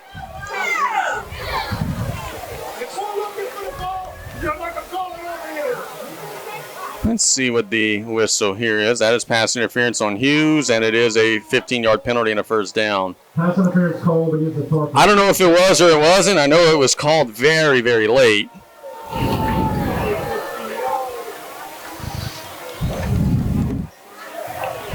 Well, we're gonna. Oh, 2 seconds left. After the clock ran out. Oh no, this is a first quarter that will not end. I'm sure we will have several untimed downs before we get this one out of the way. Trips to the right, one receiver to the left. Mancuso in the gun. Now it's a double set, and it's a false start on the Tigers.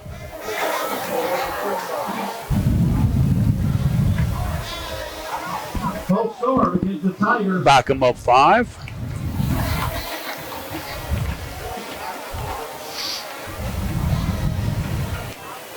See Coach Young talking to his defensive backs. The Tarpons are without their defensive coordinator tonight. Coach Worm, we certainly hope that he's doing okay. Into the first quarter, Covenant Christian 12, Degenerate 6. Yep.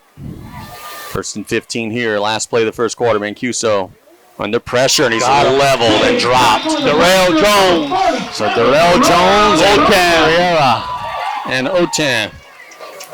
And that'll bring us to the end of the first quarter with our score. South Lafourche 21, Morgan City 14. We'll be back in 1 minute with the second quarter of action here on the Tarpon Sports Radio Network.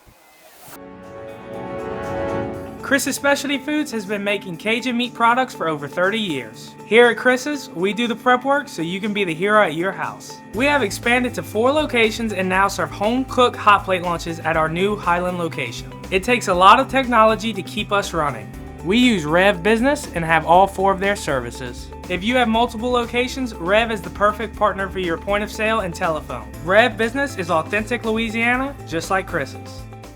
1 quarter down. All of our kickoffs in the first quarter, and there were many, were brought to you by PMC Insurance. Here after 121-14, Tarpons over Morgan City. The Tigers have second and a long way to go. About 20. On the right hash, Mancuso will be waiting on the shotgun snap. Getting some guys in position. Tarpons showing a little heat.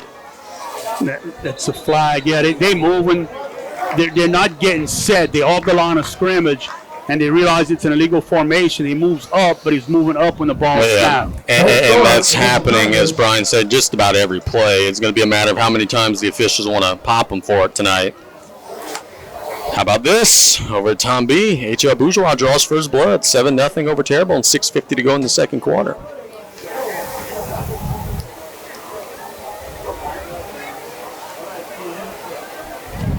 Here to be second down and 25 for the Tigers.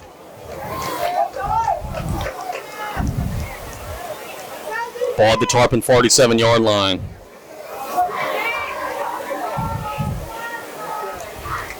The back, Campbell flanked out. Mancuso's got the snap, edge rush. Looking to run. He's going to be shoved out of bounds at the 38. So positive gain for Mancuso, but he had such a long way to go. It's still going to be third and awfully long. Going to be third and about 19. Yeah, that time he ran the football when he really didn't have much room to run. Showed some speed getting to the corner. Oh, we know from his baseball, he's a great athlete. Yes. I just wonder, and again, not questioning anything they're doing, I just wonder why they don't try to put an intermediate passing game. They just throw everything 40, 50 yards down the field. 4 receiver shotgun set. Mancuso. There's an intermediate pass, and it's caught at the 25-yard line. A big hit by Trey Hughes. The pass was caught by Griffin. It will be 4th down. And Hughes just introduced himself to that young man. Yeah, that was a nice hit. Clean hit by Hughes right there.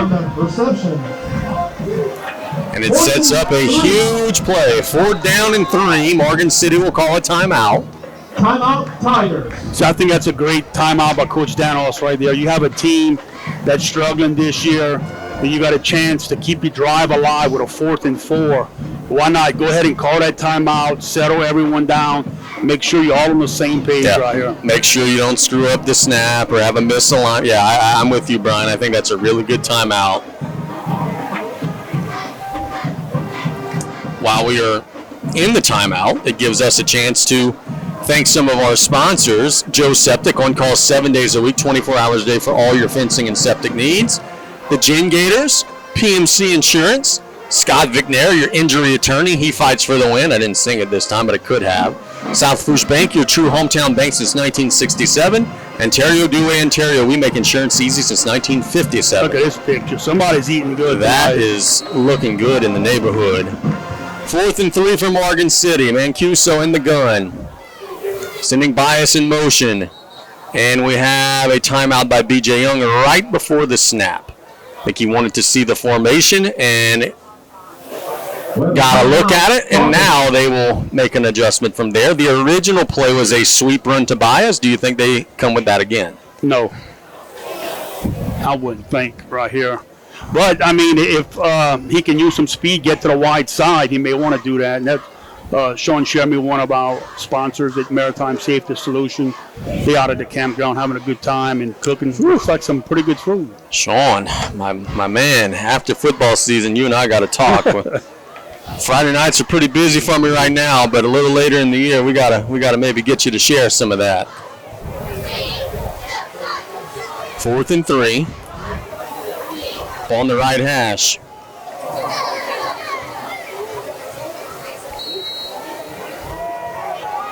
Mancuso in the gun. The first look was a sweep run. There he goes in motion again. It is a play action. Mancuso shoots it down the seam, and it's caught for a first down by number 5, Griffin. Pass is complete. Griffin on the return, on the reception. Chains are going to move. Morgan City has it to the 14-yard line.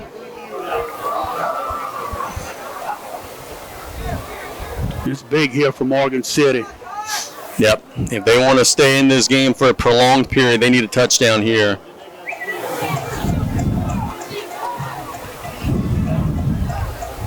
Mancuso. It's the snap. Throws it deep down the field, and Bias has it incomplete. Terrence pulled it out at the last second. The jump ball, T pulled it away. That ball just hung up a little bit too much in the air, allowed Terrence to come underneath it. 2nd and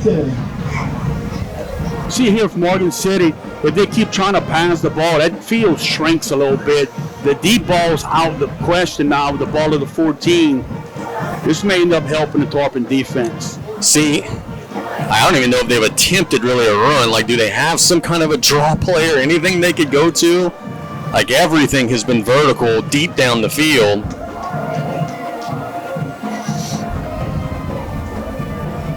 Mancuso gets the snap under pressure, and down he goes. Back on the other side of the 20-yard line. Joao Arujo was there. Tucker Dantan was there. Bo Georges was there. A good job by the Tarpon defense. Yeah, Mancuso just can't hold the ball that long. His line's not giving him that much time to throw there with the heat that Tarpon's brought on that last play. But look, our defensive backs are playing soft cushion. You got number 8 out there. Just throw the ball. If he can break one tackle, he may have 6. 3rd and 20, 9:27 to go in the opening half of a 7-point game. Mancuso gets the snap. Under pressure, flushed out to the left. He's looking to run. He's across the line of scrimmage. And the Tarpons will shove him out at about the 10-yard line. So he doesn't have the first down, but he did get far closer. And it'll set up another pivotal 4th down for the Tigers. 4th and 6 for the Tigers. 4th and about 6 yards. They've got to get to the 4. They're at the 10. Central Catholic 15, Riverside Academy 7 in the second quarter. Thanks to Coach Case for that scoreboard update. And if you're listening, brother, we're rooting for you guys. Hopefully you guys bring it home tonight. 4th and 6, ball on the left hash. Huge play from Morgan City, and the Tarpons are trying desperately to get off the field. Mancuso waiting on the snap. Under pressure, shoots it down the middle, and it's incomplete. Good coverage that time by Yair Torres. It was intended for Griffin, and the Tarpons forced to stop and get off the field. Give it up for the defense and the birthday boy. So I know that feels good for the Tarpon defense. And you notice one thing that I'm seeing here, Brian, and we'll see if this becomes a factor. During a possession change, like usually guys leave the field, right? Morgan City's 11 really didn't leave the field. I don't know how much petrol will be in the tank if this becomes a 4-quarter game. That's a good point because the Tarpons can definitely wear them down. Right here, you go to a 90-yard drive. Yep. Coach Rod tells us Curtis is leading Jesuits 7-3. I think they got some college scouts watching that one. A couple. Tarpons in the gun, Meathead and Hughes. Flank out Hughes. Mack will throw it down the middle to Pierce. Good catch at about the 19-yard line, sliding to the turf. Pierce reminds me of Lance Moore. He's just always there, always open, steady. Picked up about 8 yards there. Yeah, he did a good job there going and get the ball again. Clock continues to move, 8:40 and counting. Tarpons lead by a touchdown, 21-14. Hughes will be in the backfield. The Tarpons haven't thrown it to Dardar yet. He was a target several times last week. They'll hand it to Dre this time. Bouncing outside. How far is he going to run? Gets to the corner and shoved out of bounds at the 34. So it's a Golden Motors first down and a good gain for Dre. Key block made by number 62, Carter Colley. On the 33-yard line.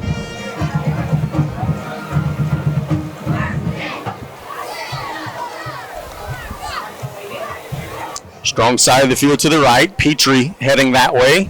Jarvis heading to the left side of the formation. Mack, play action. Shoots it to the sideline. Incomplete. It was intended for Petrie, but he was under some pressure. Good job by the Morgan City front, flushing him out. Yeah, Mack on that play never really had a chance to set his feet, and the ball just sailed away from him. But again, a good job getting rid of the football and not taking a sack. Yep, and not putting it in any danger. That was a safe throwaway. 2nd and 10. And a free 5.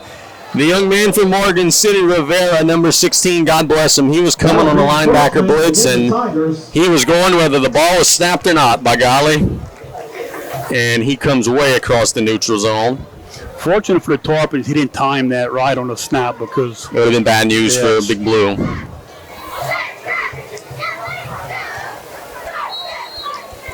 So it will be 2nd down and 5.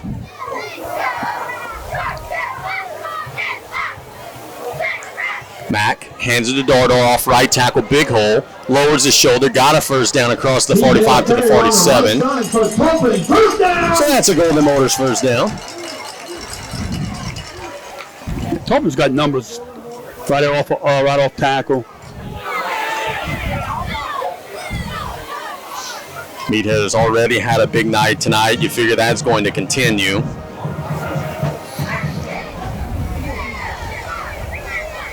Riverside has just tied it up 15-15 against Central Catholic of Morgan City. Mack hands it off to Dardar. Dardar riding his blockers across midfield. Tripped up by the shoestrings there. And he's going to get out to about the 45-yard line. Gain of about 9. Yeah, Dardar picking up chunk plays right now. That'll be a Tarpon first down. And they'll give him 10 in the first down. This is one of those where I know BJ likes to put it in the air, but boy, you could pretty much do what you want just handing it right now to the tailbacks. You're getting a big old surge. Hughes will be in there now. You got multiple options to keep him fresh. Come with the hard count. No bite. Play clock down to 6, so you got a boogie. Down to 3. They get the snap away. Hughes will take the handoff and rides the blockers across the 40 down to the 37. I just think it has made the Tarpons a better offense, developing that 1A and that 1B. As there's a flag on the play at the 34. There was no tackling or blocking going on out there. Makes you wonder if maybe they had 12 on the field. Maybe a Tarpon got into the third level and was blocking, but I think that this is going to be on Morgan City for 12 on the field. Nope. Unsportsmanlike conduct after the play, and that's going to really drive Coach Danoz crazy. So in addition to giving up about 8-9 yard run, you give up 15 more just being foolish. And the Tarpons will take it and run with it as they'll now have the ball at the 22-yard line. Those are the things that just can't happen. I mean, you gave up an 8-yard play away after the play. What are you doing? Trips to the right, ball smack dab in the middle of the field. Now it's an empty 5-receiver shotgun set. Mack under pressure, flushed out to the left, makes the defender miss. Now throws it deep down the field, and it's incomplete. Just kind of threw that one away. Number 16 for Morgan City got a lot of pressure on Mack that time, did not allow him to get comfortable. The Tigers have had a little success bringing some heat. That time it was, let's see, let me make sure I shout out the name, Rivera. Didn't get home, but did just enough to bust the timing up. But again, that's another great job by Mack, understanding not to take the sack. Yep. He just throws it away.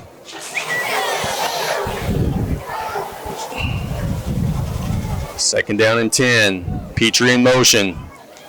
They'll hand it to Meathead. Big pancake block by the Tarpon offensive line. Inside the 10, lowering his shoulder down to the 2.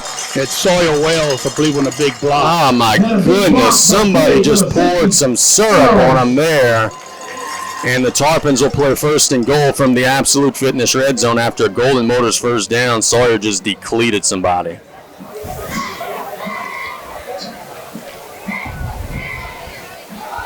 So the Tarpons will have it first and goal.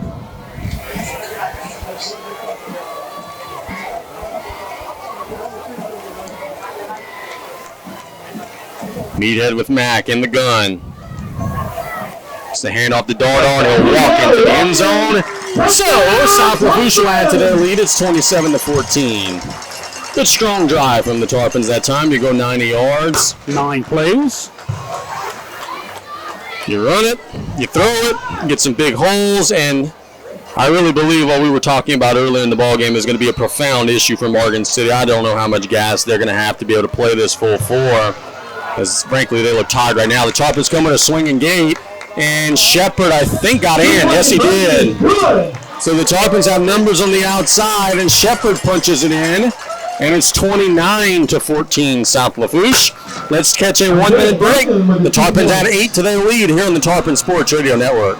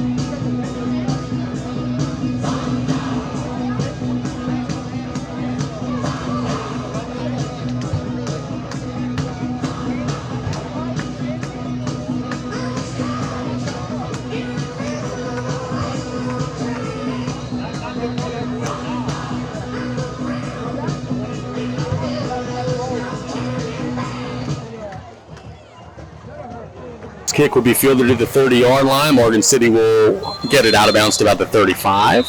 Tigers will take over there with 5:56 to go in the opening half. What are we doing?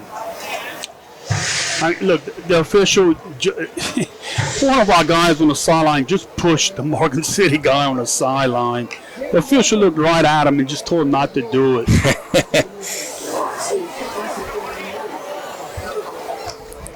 Tarpons got to be careful of that. 5:56 to go in the opening half. Ball at the 36-yard line. Mancuso has been hitting those long ones down the field at times.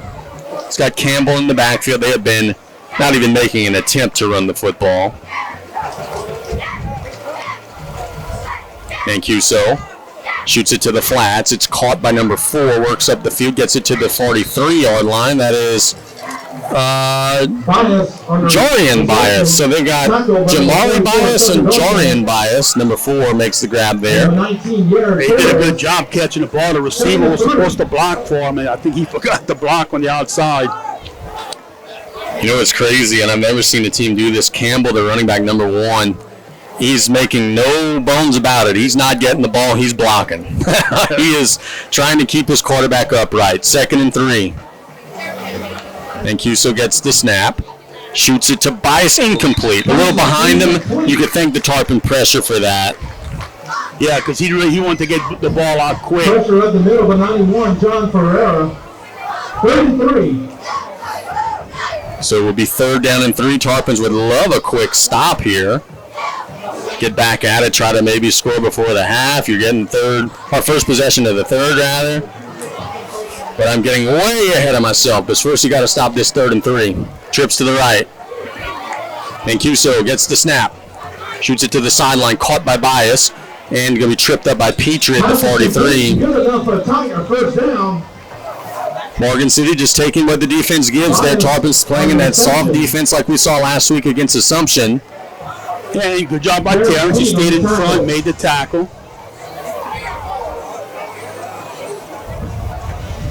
.502 and counting in the opening half. Morgan City has gotten some yards today. They've stalled out in plus territory a couple times. Mancuso steps up, shoots it down the middle, incomplete. It was in the right sideline, and it fell incomplete, just skirted away from his receiver. It would have been a 15-yard reception, but that's another one where the quarterback could have maybe ran for 7-8 yards before he even gets touched. Yeah, I'm not sure the coaching staff from Morgan City is telling him not to run, and just because he could easily pick up yardage. It could be self-preservation, Brian. They might say, you know what, we don't have another one like you. We've got to keep you upright. He's in the gun here. Strong side of the field to the right. Mancuso under pressure. Steps up.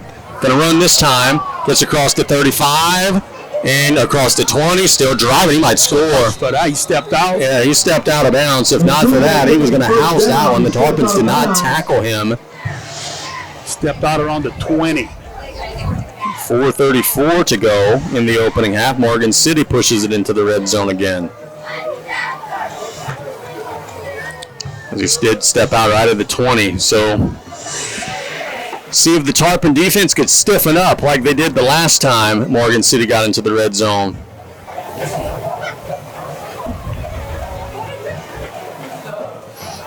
First and 10, Tigers. And Mancuso will have trips to the right. Campbell in the backfield with him. Mancuso under pressure. Throws a back shoulder throw to Bias, incomplete. If the timing would have been right there, they could have completed it, though. He was open. Yeah, he was over there trying to back shoulder just a little bit too high. That's hard to defend. Yep, that's hard to defend, no doubt.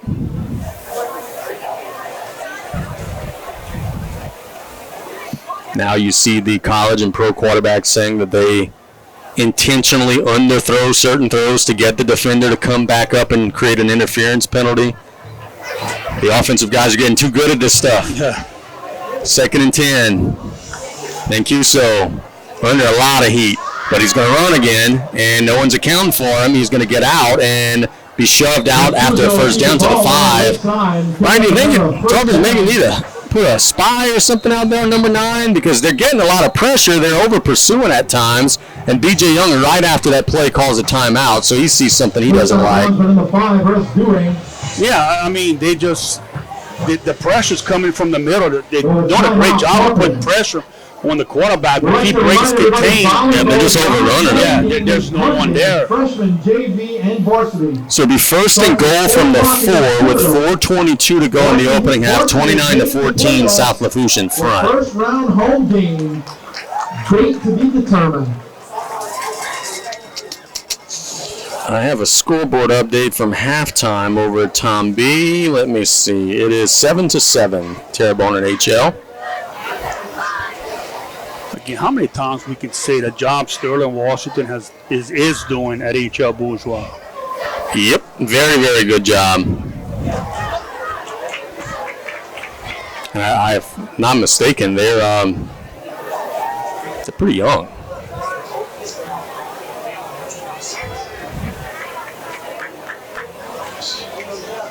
.422 to go here in the second case. It is a lot of game left. No doubt. Mancuso in the gun. By himself. Flushed out to the right. Shoots it away. Pass is incomplete. That one was hot. Bias said, hey, brother, what's going on? Why didn't you hit me? Well, Mancuso could say, hey, I got 4 guys running at me. You don't have any right now. This is the 9th play of the drive. Normally when you have teams, Morgan City struggling during the year, the longer they get into a drive, the more likely something crazy happens. 4:17 to go. Do they have any semblance of an ability to try to maybe run it in? Well, I don't even think they've attempted a run play. Mancuso under pressure, and he's down at the 11-yard line. Darrell Jones is earning himself some helmet stickers if that were still a thing, because he is playing really well.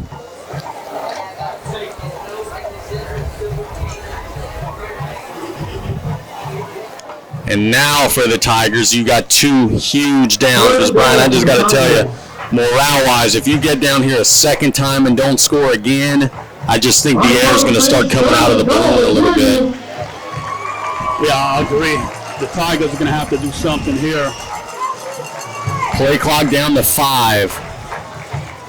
Mancuso under pressure, and it's incomplete. Intended for bias, but just too much inside pressure. Lutcher, 49, Ellen to 0.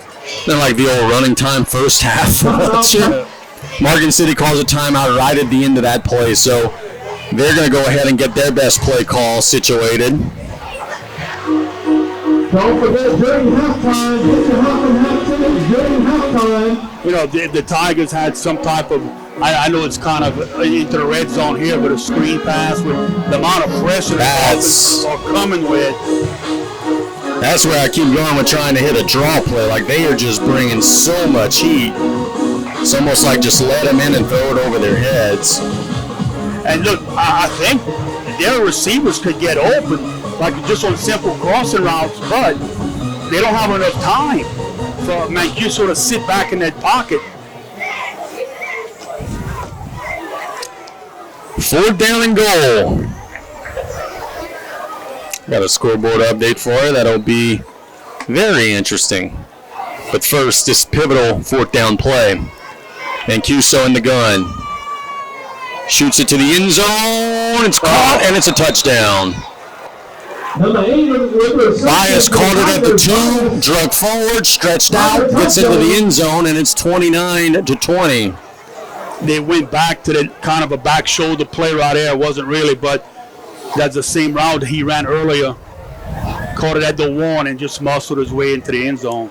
So a big extra point try here for the Tigers. If they miss this, it is still a 2-score game. They have had false start penalties before each of their first 2 tries, but they converted them both. There's the snap. The kick is up, and it is good. So we've continued to have ourselves a ball game here. It is 29-21 South Lafourche with 3:23 to go in the opening half. We'll be back in 1 minute here on the Tarpon Sports Radio Network.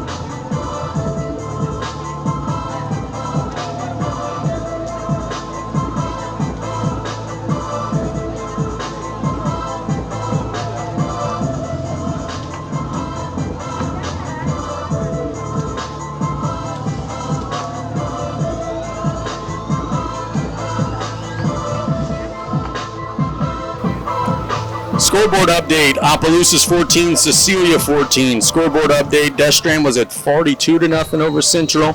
E.D. White 35, South Terrebonne 0. Here it's 29-21 and an onside kick try that did not go 10 yards. Tarpons dove on it and recovered it, but they didn't need to. It wouldn't have gone 10 yards. So the Tarpons will have excellent field position with a chance to double up on possessions here. 3:23 to go in the opening half. Caleb Ingram on the recovery.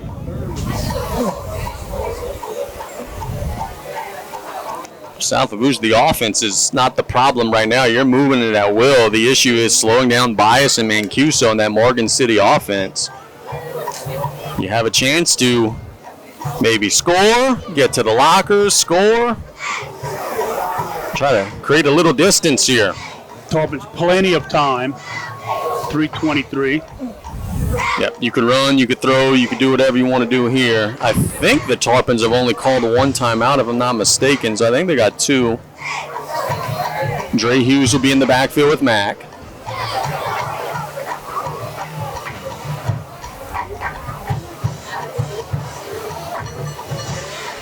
Mack making some checks at the line of scrimmage, still plenty of time. Play clock just down to 12. There's the snap. Hands it to Dre. Dre is going to be stacked up near the line of scrimmage. Gain of about 1. Big tackle, number. He actually got hit in the backfield. Did a good job just getting back to the line of scrimmage. Yep, I agree with that one, brother. It's 2nd and 10 for the Tarpons. So it'll be 2nd and 10 after the no gain. Inside of 3 minutes in the opening half. Strong side of the field to the left. Mack sending a man in motion. That is Hughes. He will give it to Dardar. Big hole. How far is Meat going to run? Across the 40, 35. Tripped up at the 31. It's a Golden Motors first down. I know Meathead has a big goal to get 1,000 yards. He's on pace to probably get about 200 plus tonight. He has really ran hard, and Morgan City has had next to no answer. Yeah, just right off tackle. I mean, there's nobody there for him. He's doing a good job picking up those yards. What do you think? You think BJ's saying, hey, slow the roll? Yeah, I would, yeah. I wouldn't be in a hurry here. Matt gets the snap, hands it to Hughes. Nice gain across the 25, across the 20. Falls at about the 18. It's another Golden Motors first down, gain of 13. Another Tarpon first down. Yeah, look, just Morgan City is just exhausted right here. They need halftime in a bad way. Tarpons are draining the clock down right at 2 minutes. They are in the absolute fitness red zone. That last kickoff was brought to you by our boy Philly C out there in PNMC Insurance. 1st and 10 for the Tarpons at the 18. Mack with Meathead. Hughes in motion. They'll hand it to Hughes on the sweep. Looking to turn the corner. Gets good block from Dardar at the 15, at the 10, and he's going to be pushed out of bounds at the 7. No flag, and it will be a Golden Motors first down. The official will say Dre stayed in bounds, which I think BJ will be actually pleased with. So once they reset the chains, the clock will run. I thought they missed the clip. I thought they missed the late hit on Dre, too. Yeah. Dre just showed some speed getting to the outside. Clock does continue to move, 1:36 and counting, and I do think that that is a good thing for the Tarpons. Approaching the half, you want to score with as little time as possible on this clock. Hughes in the backfield with Mack. There's the snap. They hand it to Dre, and he's going to walk in. Dre Hughes on the touchdown. Attaboy. Dre scores it, and it is going to be 35-21 pending the try. Attaboy, Dre. His role has grown in the last couple of weeks.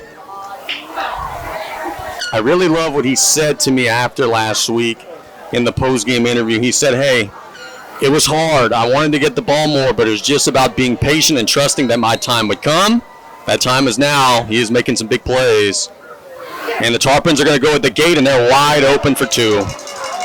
That was number 7, Lee, completing it to number 17. Elliott Jeremy. The Tarpons steal an extra point again. Our score 37-21. South Lafourche with 1:19 to go in the opening half. We'll keep it here with halftime around the corner. Brian, those 2 points could be big later on. Tarpon's now, instead of being up 14, are up 16. Yeah, it makes a difference there. And Tarpon's got a minute 19 to get to halftime, and see if Morgan City might just, well, with a deep ball, I would say there's no chance they're just going to half. If I was them, I would throw it deep 4 times in a row. Now the problem with that is if you are 4 incompletions, guess who's scoring again before the half? Right. With 1:19 to go. But you coming in here, what's your record? Yep. You have nothing to lose. Are they all winless? Yes, sir. Tarpon's new kickoff guy today has been Wilbert Serrano. Right to left kickoff here with the music blaring. Wilbert actually puts a good boot under that one. He fielded at the 15-yard line, working it up the field. Tarpon's will bring down the return man at about the 33. We have a late flag that flies in at the end of the play. And the 10 on the return, there's a flag on the play. It's number 10 on the return from Morgan City. I'm going to shout out the name of that gentleman as we await the marker. From way behind the play, that's usually blocking the back or something of the sort, Hayes is the return man. We have a face mask. Face mask penalty. Yeah, I don't. 5 yard. So that had to be a guy running down the field covering the kick, but it certainly wasn't the tackle. But it is a 5-yard face mask on South Lafourche with 1:09 to go. How about we do this? How about we get you a scoreboard update from the World Series, dadgummit? We got game 1 going on right now. And we could tell you that in the bottom of the 4th inning, no one has scored. It's 0-0. It's just so non-interesting in the World Series. It's crazy considering the 2 teams that are in it, too, man. It's nuts. Mancuso in the gun. What's Morgan City going to look to do before the half? They're going to call their last timeout. So the Tigers are now out of timeouts. They just burnt their last. Timeout, Tigers. We've got some college football tonight. We've got a top 25 matchup, but I don't think that game has started yet. Nope, it hasn't. So there you go, Brian. If you're looking for something to do outside tonight on the back porch, Boise State, the number 17 team in the country, playing UNLV tonight. Oh, I wanted to take Boise State. What's the line? I think 3 for Boise. Yeah, Boise, the 3-point favorite. I may have to do that. I say you got an hour. The Pels are playing tonight out in Portland. Zion reportedly is available. I'm not, I'm not selling the house on that idea, but reportedly he's available. 1st and 10 here. The Tigers just called their last timeout. We got an official. There he goes.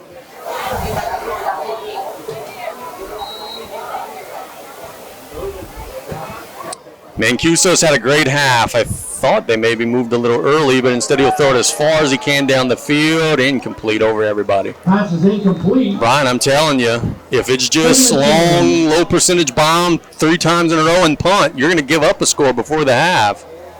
If I were Morgan City, I would run a draw play here and maybe think about getting this one to the lockers. And look, the problem is their receivers ran 34 yards down the field. Now they're just getting back, not even in the huddle yet. Yep. And look, I would tell them, just run, don't stop. Mancuso can get you the ball behind the defense. Well, the problem also is now you're going to ask them to do the same thing here. How are you going to expect them to give 110% effort when they just ran all the way down the field? 2nd and 10, Mancuso under some pressure. Throws it as far as he can. There's only Tarpon's there this time. It's incomplete. Terrence was the only guy who had a chance to catch that one. 56 seconds still on the clock. Morgan City is playing with fire. Right? Yeah, I don't understand this. Oh, I do understand it. They're trying to score, but these are very low percentage plays, and they're preserving time for a Tarpon offense that has been very good tonight. But the point you made that after that last play, the receiver's running his route. Jogging. He stopped halfway through. Yep. You're asking them to run hundreds of yards during this drive. 3rd and 10. Let's see if they have an intermediate route that they can maybe just pick up the 1st down with. Mancuso gets the snap. There's an intermediate route. Baez got it. And he spins, and he's going to break tackles, and he might house it. He's going to be shoved out of bounds. I don't understand what's wrong with that. Just a little 12-yard pass, let your athlete make a man miss, and the Tigers are in business again. Run, pick up a first down. To the 24-yard line. Pushed out of bounds by number 5, rest. It's almost a 40-yard gain. Yep, he made the first guy miss, and then he was off to the races. Tarpons are playing that shell, and I respect that, hey, that's what worked last week against Assumption, but right now Morgan City's kind of touching you up a little bit on some of those. See if the Tarpons maybe make an adjustment at the half. 46 seconds to go.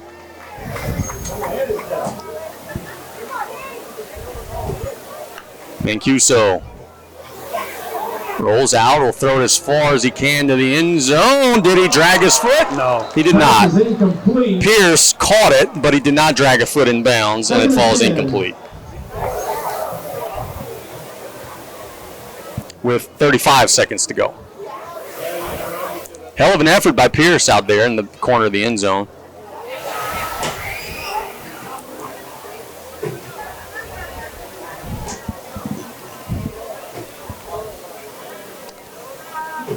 See if the Tigers have a little something. If I'm South Lafourche, I'm finding 8 bias as the Tarpons will call a timeout. Timeout, Tarpons.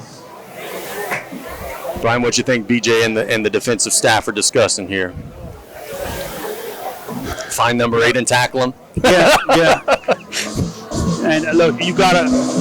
I'm still waiting. Mancuso can they send everybody on goal routes, and he drops back. And now look, if he can get out of the pressure. Who's cramping out there? Is that 8?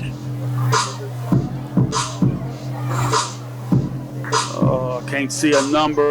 I don't see 8 in the offensive huddle, which is why. Yeah, it looks like a single digit. Oh, that would be a huge blow for the Tigers if he were not available for this play. It's number 8. It is 8. It looks like he's going to try to go in there, but boy, that just goes to show what the Tigers are dealing with a 20-plus man roster. You got a dude cramping who's not even going to miss a play here. Let's see if he could find a little bit in the reserves on this second down play. They have no timeouts, 35 seconds to go. Mancuso shoots it down the middle, incomplete, in between a couple of receivers. Pass is incomplete, third down. Now it's going to be third down with 30 seconds to go.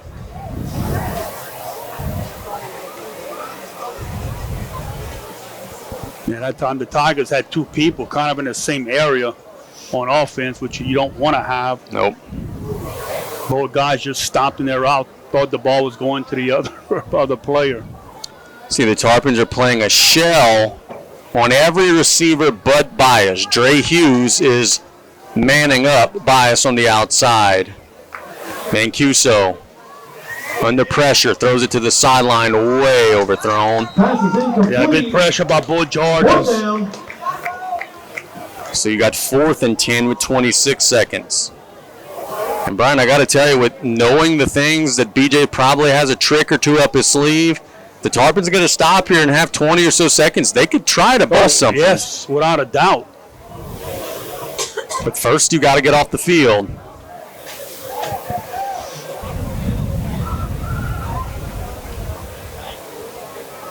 Morgan City does not have timeouts. So if they catch a ball inbounds across the sticks, they're going to have to rally and clock it. Mancuso gets the snap. There it is, Bias, caught it. There's a flag on the play. Hughes is on the ground out there, which leads me to believe that maybe he was pushed down or maybe the defender was holding him and fell down. I don't know what it is. No, they celebrating. Morgan City's fired up about it.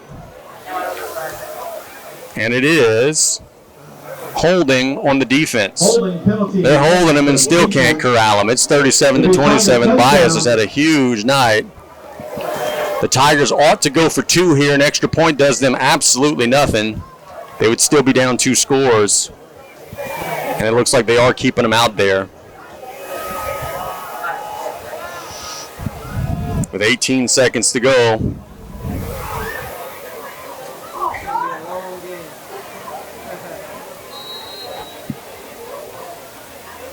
Mancuso gets the snap. Shoots it down the middle, incomplete. That's a big stop for the Tarpons. So it's 37-27 here, South Lafourche out in front. There are 18 seconds to go. We'll keep it right here because we're approaching halftime. But pretty safe to say this has not been the strongest performance from the Tarpon defense by any stretch of the imagination. Morgan City has not scored 20 on anyone all season.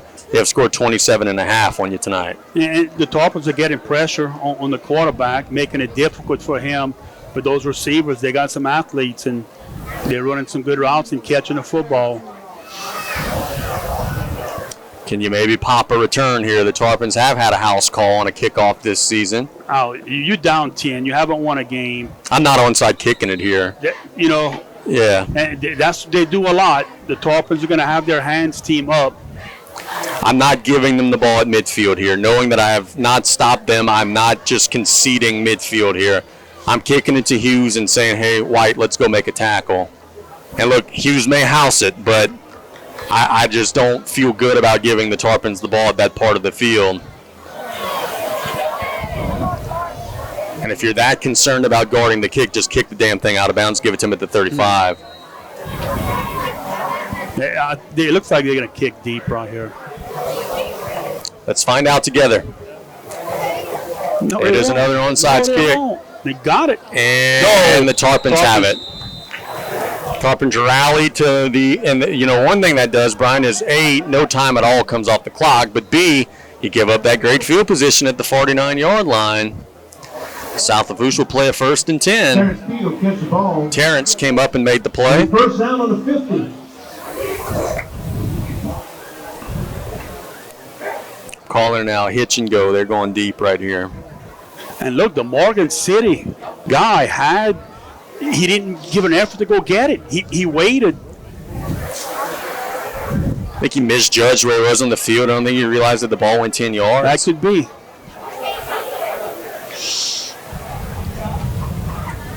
Tarpons will have a 4-receiver set. 17 seconds to go. Meathead flanked out. Mack throws it down the sideline. Petrie's wide open. How far is he going to run? He cuts to the inside 20. Now back to the 13-yard line. The Tarpons are going to go clock it. There's 5 seconds to go. The clock is continuing to run. Now it stops at 4. Mack is on the ball. South Lafourche will kill it dead. Oh. Look, that could have very easily been a fumbled snap recovered by Mack. Yes. Which would have been the end of the half. The clock is 0, but I'm not sure that's correct. No, it's either he fumbled the snap and recovered it and it's halftime, or he clocked it and it's not 0. We'll see what the ruling is. But there is an argument to be made that he fumbled the snap and recovered it. I agree with you. And there's an argument to be made that the clock should have stopped. Yeah, fair point.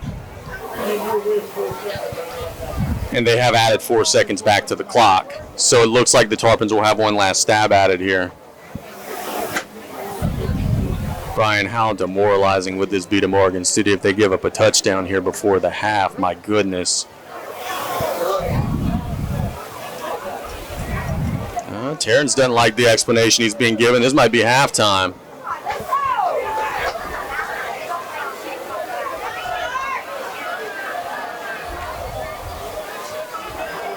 Tarpons are on the ball. There's going to be 4 seconds.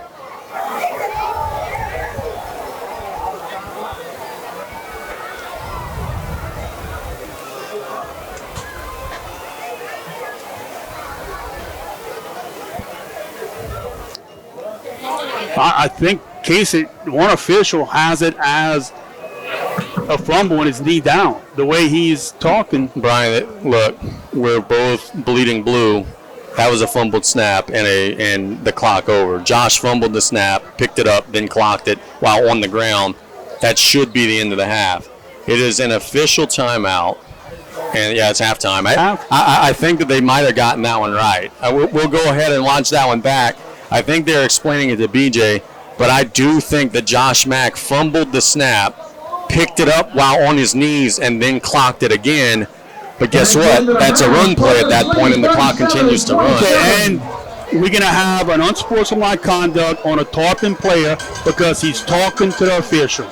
And there's no reason for that. So you're going to be starting already the second half behind the 8 ball. Fellas, just let's get to the half here.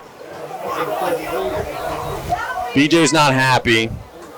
Let's go ahead and take a halftime break. We'll sort out all of this stuff here. Let's take a 3-minute break. It's 37-27 at the half here on the Tarpon Sports Radio Network.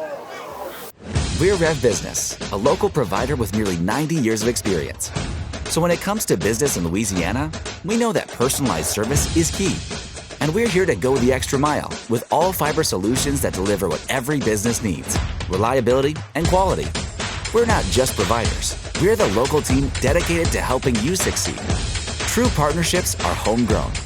Rev Business, internet, phone, managed services. Visit us at letsrev.biz. Gidry, Caroline Hebel, Arabella Morrison, co-captain Haley Ogeron, Berkeley Pierce, Saracino, and Bailey Thomasy.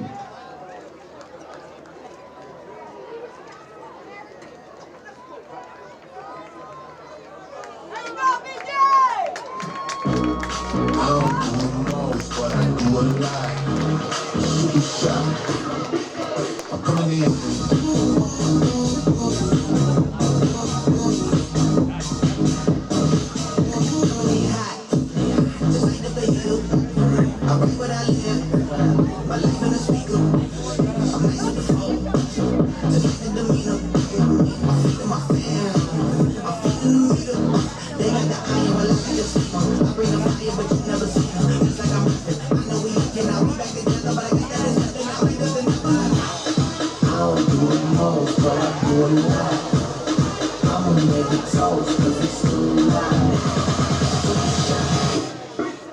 Coming in.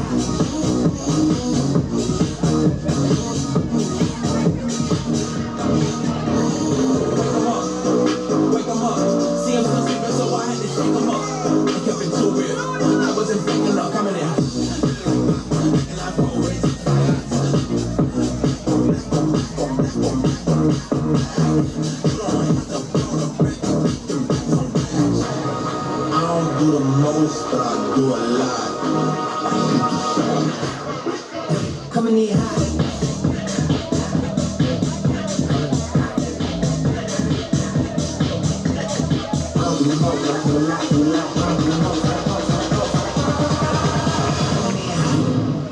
All right, give it up for the Royals dance team.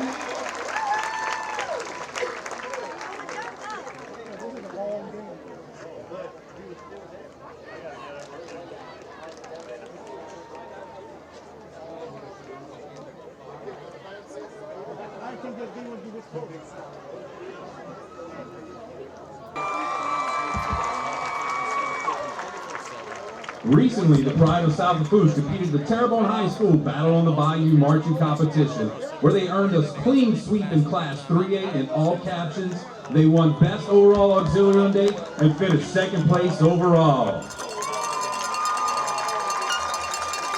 Congrats, band, and good luck at District Festival at Nicholls State University on Tuesday and at the State Championships in Lake Charles on November 6th. This week, our band member of the week is Mr. Nahum Castellanos. Our percussion member of the week is Mr. Owen O.G. Gaspard. And our auxiliary member of the week is Miss Phoebe Hillman. I understand why BJ's living it. That's We would like to invite everyone to our 3rd annual Silver King Classic right here at South Lafourche next Saturday on November 2nd. Please join us and check out some amazing bands from around our great state and, of course, enjoy some of that delicious Bayou cuisine. Tonight, the Pride will be performing the 2024 competition show Parkour. Ladies and gentlemen, please welcome to the field the Pride of South Lafourche. Drum majors, Shia Dardar and Mary Castillo is your band ready to take the field. A lot to unpack in that last few seconds, but you got 3 or 4 guys on your team that are telling the officials something. You may take the field for your halftime performance.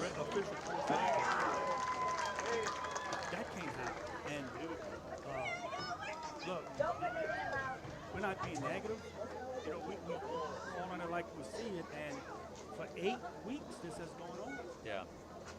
Parkour is a state of mind. It's a way of adapting to your physical and mental obstacles. In life, the question always is, which direction is best? Right, left, forward, backwards? It's simple. It's your way. Embrace your challenges and overcome your fears. Parkour.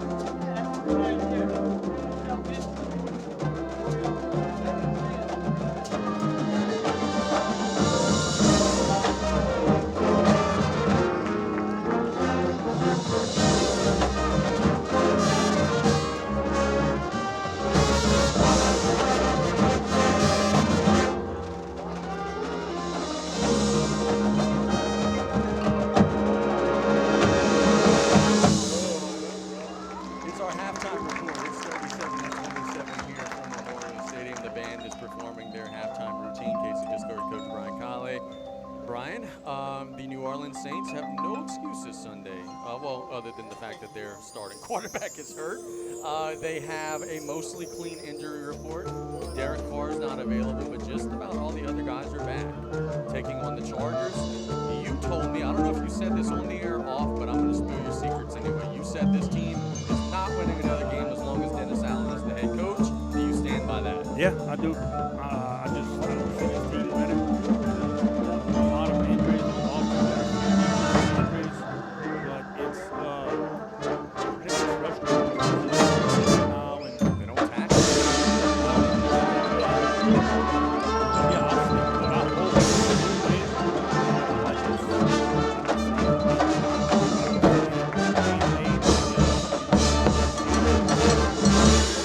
Oh, I see it coming an extension. Would not shock me at all. But it's we'll see if they can maybe get some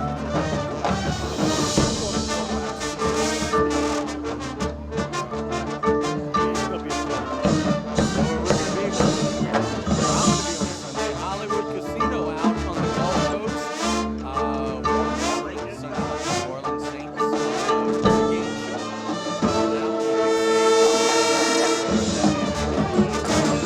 LSU's got a big one tomorrow out in College Station, Kyle Field. The winner of that game is going to go to sleep Saturday night in solo possession of first place in the SEC. It still feels weird to say SEC and not SEC West. But that's just the way it is now. LSU has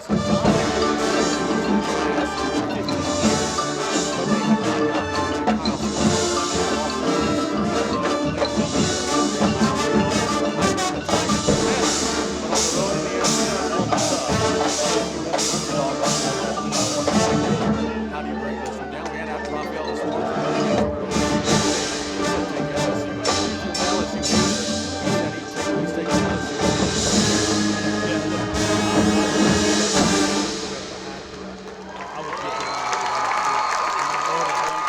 Big round of applause for the pride of South Lafourche. Best of luck next week at District Festival.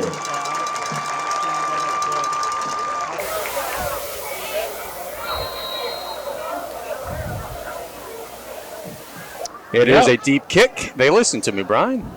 That's always a bad move when you listen to me, but they do kick the touchback.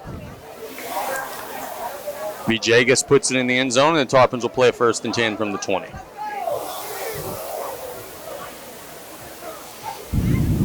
Up by 10, 37-27.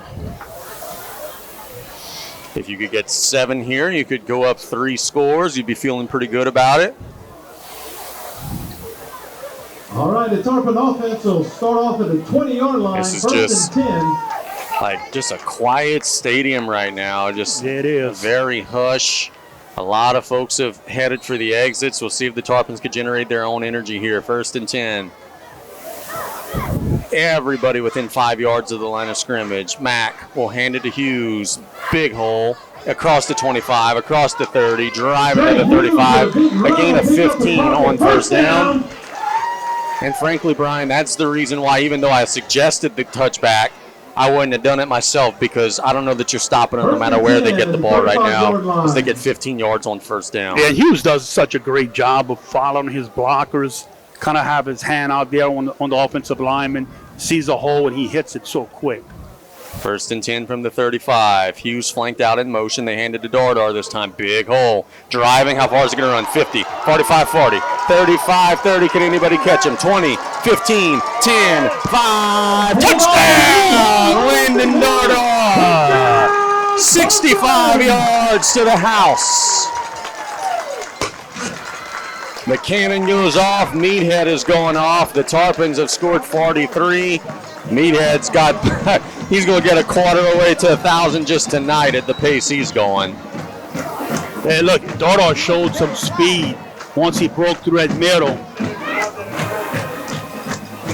Tarpons have got extra points on the gate. There's no reason to get an extra point this time. Just the extra point makes you a 3-score lead. The kick is there. Yair Torres bangs it home. And the Tarpons, in a couple of plays, get down the field. Only need 37 seconds to go up 3 scores. Brian, we just had a bunch of commercials, so let's keep it right here. That's just what the doctor ordered for B.J. Young right there. Yeah, look, you come out and nothing fancy, right at them. And the offensive line did a great job opening up those holes. And in Dardo, that's what you want, a running back that has a nose for that goal line. Because they're on the 20 or so, I'm sure he felt pressure, someone trying to chase him. But he had a nose for that goal line, and nothing was stopping him. Now, that's what you want in a running back. And BJ and the Tarpon coaches have said this, and I think it's so profound.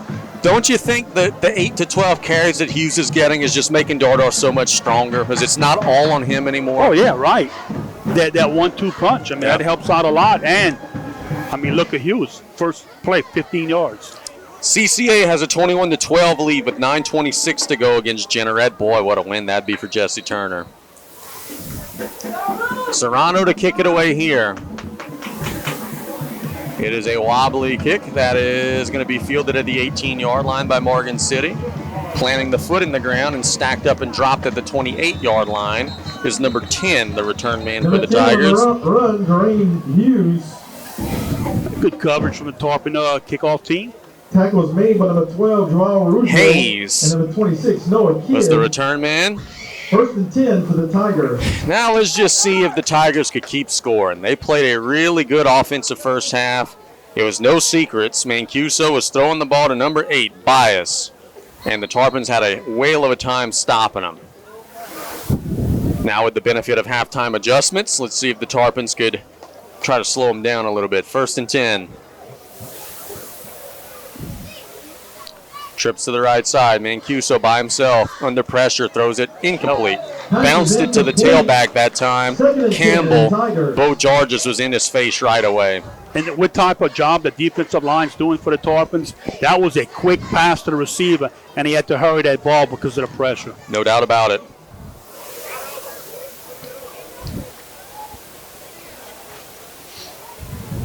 Bo Georges is blocking, trying to get sacks, scoring touchdowns. It's been an interesting Friday for him. Second and 10.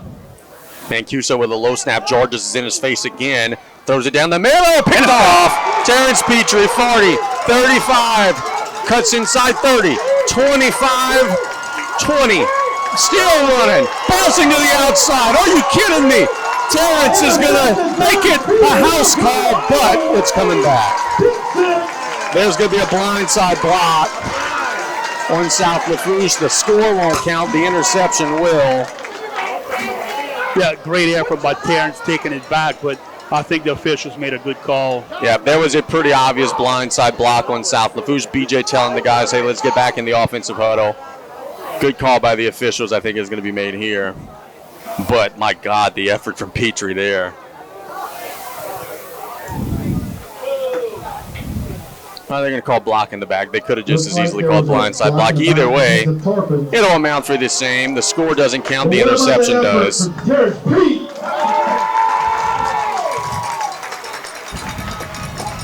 So we know that's at least the third interception of the season for Terrence, was he had 2 in the one game against South Terrebonne. All right, go ahead and count your half and half tickets. The pot is $519. And that's something that this year, $519 as the ball will be placed at the South Lafourche 48-yard line, there are some Tarpon football players this year, Brian, that could get first-team All-District on both sides of the ball. Yeah, that's. I would like to know how many times in school history that's been done, but it is a very realistic possibility this year. 8-4. If you won, come to the press box. And certainly number 1 in blue is one of those guys. Tarpons have a 17-point lead. They're looking to add on here after forcing the turnover. Hughes will be in the backfield with Dardar. One of the two is going to be in motion probably. That's been the look all night. This time it's not going to be either one in motion. It's a straight drop. Mack shoots it down the middle. Incomplete. Jarvis got his fingers on it. Probably wishes he could have made that play. It falls incomplete. But good pressure on the inside. Yeah, nice job by Mack again. Just dropping back. He kept dropping back. He felt the pressure and gave Jarvis a ball he could have caught, but good job by Mack getting rid of the football. Mack has gotten so much more comfortable in the pocket as the season has gone on. We knew he was going to be a ball player based on what we saw from him as a 9th grader, but boy, he's maturing. Hughes is going to be in the backfield with Mack this time. Inside handoff to Dre. Across the 50, bouncing outside. He's tripped up at the 46-yard line. So a gain of about 7. 5 yards in the play. I'll give him about 6. So it'll be 3rd and about 4. I said 7. Isaac said 5. Let's go ahead and make it an even 6. Right. And look, Hughes does, again, such a great job of just following his blockers. And when he sees a seam, either inside, outside, he just takes it. Morgan City's biggest boy limping off the field. We're going to go ahead and shout out the name after this 3rd and 4 play. Mack hands it to Dardar. Big hole across the 40. Falls across the 40 to the 38. Number 77, Webb for Morgan City. Has a lot of girth. He's a big boy. He was very slow coming off the field there. He's the nose for the Tigers. And you saw the last play. Dardar, that little shuffle move he made in the backfield.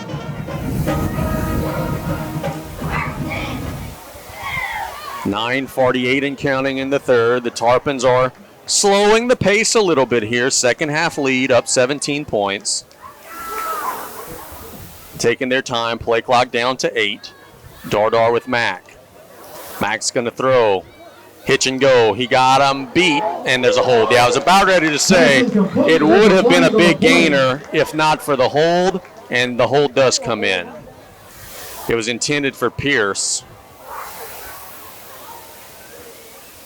So they got the grab of the jersey, and that's going to be a, I think, 10-yard penalty in high school. So it's 5 in the NFL. I think high school's 10. Yeah, it's 10, and it's going to be a first down. Not automatic, but yeah.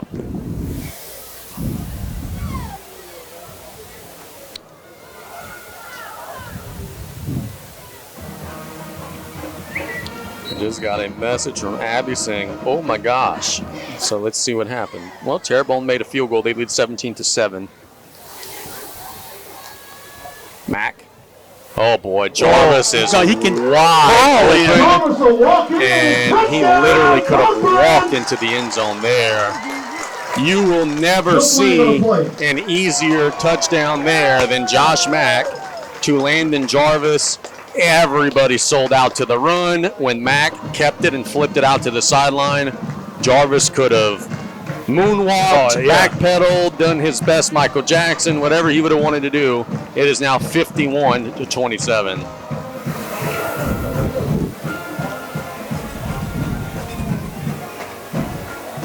Yerra will attempt the extra point.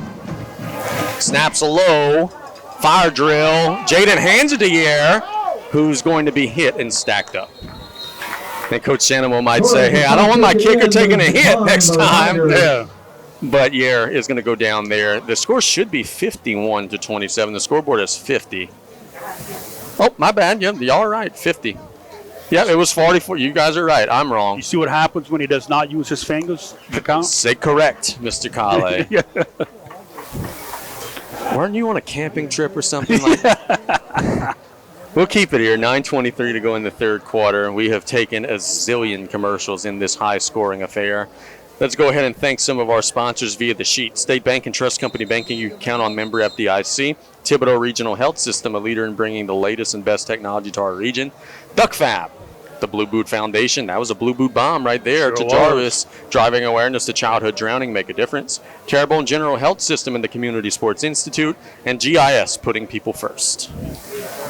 So the Tarpons have a little separation. They lead 50-27. Now let's see if they could keep the foot on the gas here.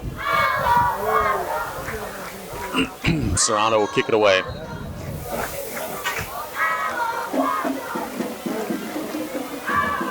There it is. Bounces in no man's land. Morgan City will pick it up and be down at the 33-yard line. So pretty good kick coverage. I think Serrano's a 9th grader, if I'm not mistaken, right? Tackle initiated by number 17 in Lee. Be 1st and 10. I think this game here is just going to drag on. Yeah, the Tarpons would ideally get it to 40. Coach Rod telling us Jeanneret has lots of injuries right now. CCA's up 29-12. Wow. Lions are looking like they're going to stay undefeated. Here, 9:15 to go in the third. Tarpons lead 50-27. Mancuso will be in the gun. They're going to have a quad set to the right. BJ running to call a timeout. They didn't have, oh yeah, I see why. Oh, I see why. They did not have a defensive back on the receiver on the left. They were about to get an easy touchdown. So a great timeout by BJ, saving his guys. Madison Oakland, Jake Billiot, Kate Blanchard, Adler Bird. Oh. Yeah, you get those messages, huh? 1 and 2 quarterback out.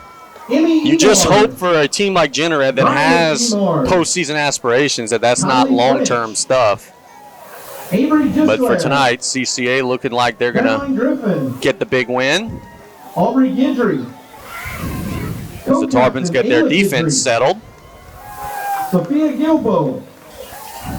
Caroline Lagarde. Olivia Nutter. On homecoming night.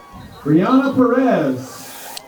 Brian, you know what I'm just realizing? Oh, boy. No. This is a good one. There's a big event scheduled on campus after this game. Yes, yeah. Like, we got the bonfire scheduled, and the sun might be up tomorrow morning by the time we get it started. I don't know if there's a mouse in your pocket, but I don't know about we. This we. Oh, yeah. Well, yeah, this we ain't going to be here either. But Mancuso in the gun. Tarpon sending some pressure. Gets it to the check down and is dropped. Not a bad idea. I've been calling for that all game, and look, the young man was wide open, but he dropped it. That nice play design right there. They send the receivers downfield. One of them kind of on a little screen. That was Campbell. Was wide open, but dropped the football. Mancuso is a 12th grader. You'd be hard-pressed to find a whole lot of 12th graders on this team. I count 7 of them on the roster, and I don't know. Look, I got a roster of about 60. They obviously don't have 60. I don't know how many of them have ridden and out. Number 8, Bias, the big weapon on the outside, is an 11th grader. Tailback Campbell, an 11th grader. Mancuso, of course, the senior. 2nd and 10, Campbell in motion. Mancuso gets the snap under pressure from Jones. Steps up, throws it down the middle. Boy, incomplete, but one heck of an effort made by the wide receiver, number 5, Griffin. And it'll be 3rd and 10. Pressure by Landon Jarvis. 3rd and 10. Yeah, he made a great effort on the ball. Almost caught it. Took him a little bit out of the playing field. Tarpons have made a couple of defensive adjustments here, and you just get the sense that they're starting to take control of this game here. 3rd and 10, a huge play for Morgan City. They have to stay on the field. Their defense is just kind of in shambles right now. Trips to the left. Bias, the guy that they like, is on the right side of the field by himself.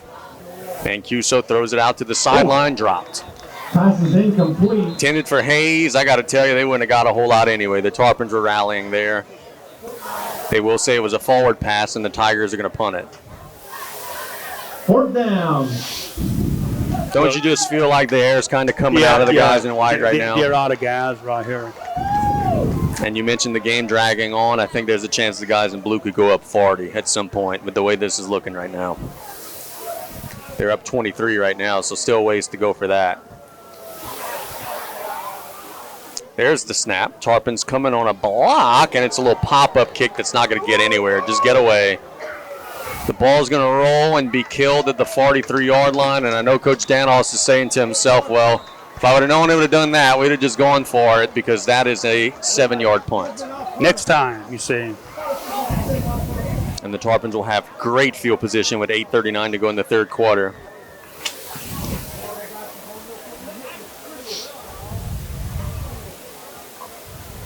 For a 50-27 game, this stadium is just quiet. Yeah, it's. I think everybody's ready to go to bed. It's 9:06. 1st and 10. Trips to the right side of the field. Mack has time. Throws it down the seam. Boy, it's incomplete. Pass is incomplete. He had Hughes. It would have been a touchdown if he would have thrown it just a little bit more towards Dre's inside. Just overled him by about a half a step. And it falls incomplete.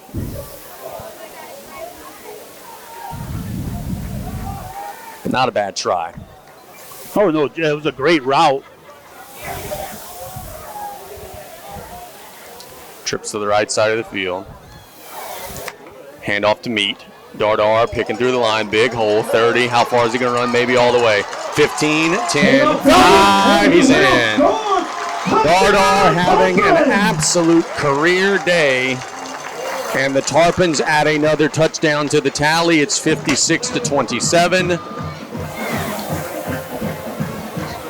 And again, that little shuffle step in the backfield, and he broke it to the outside. It showed some speed, and man, I love it, that nose for the goal line.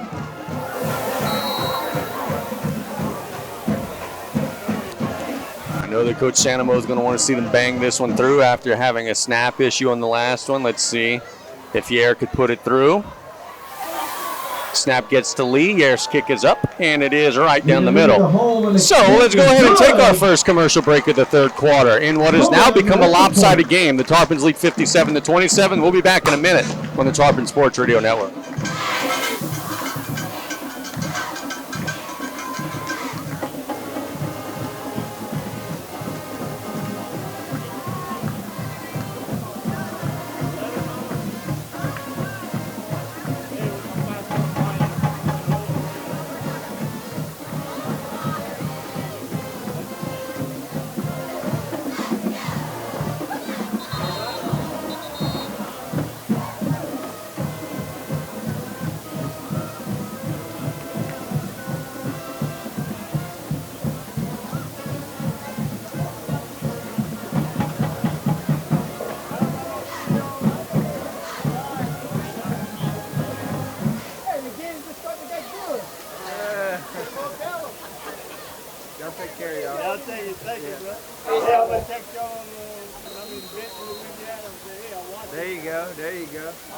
We love the support.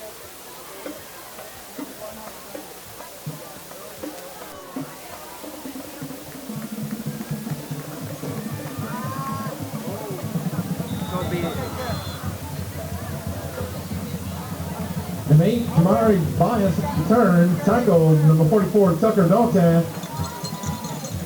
First and 10. Morgan City takes the kickoff to the 30-yard line. There's a flag on the play. Nope, there's not a flag on the play. There's a yellow cleat on the field that I thought was a flag. We are in the third quarter with 8:10 left. And we have 84 points scored. And more to come. Yes. Mancuso and the Tigers have been on the receiving end here in the third quarter. We'll see if they could add some. He's in the gun. Shoots it down the middle. Bias has it. And there he goes across midfield. Tackled at the 45. Mr. Rebo, do you want a wide receiver, sir? Because this young man can play. And I hope he's getting some looks. That'll be a Tiger first down. I hope he's a senior. No, he's not. We already discussed that. I wonder if he plays basketball. I don't remember that name. 7:46 and counting.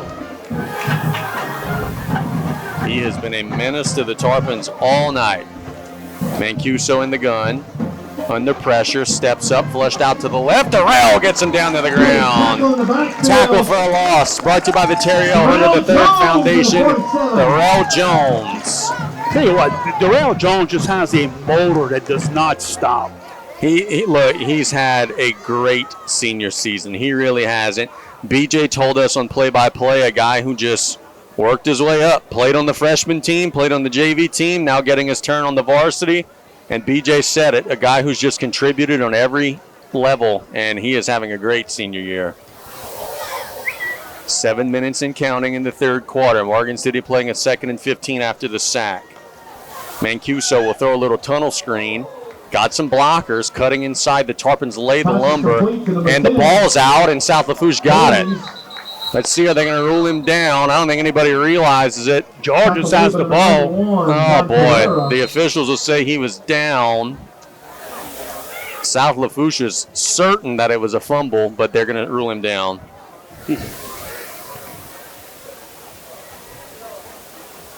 When you don't see that the ball's out, you just rule them down. Yeah, well. 3rd and 8 coming up. And we have an injured Morgan City player. This injury timeout brought to you by Thibodeau Regional. We're checking on the welfare of number 10, Jaron Hayes. He's made some plays for the Tigers today. But he's trying to send us a message. I have no clue.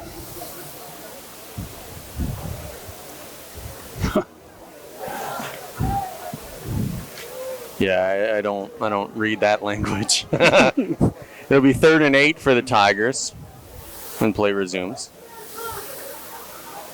And this is dead red cramps, brother. Look, this is not cramp season, like not cramp time of the year. But when everybody's playing every snap, it is cramp time of the year. Yeah, look. These young men from Morgan City, it's a difficult situation they in, going both ways. So many of them. And look, the Tarpons have a bunch too, but the Tarpons pick and choose. Like they get, they pop them in on certain situations. Morgan City's dudes are just playing every snap, period. And that's a big difference.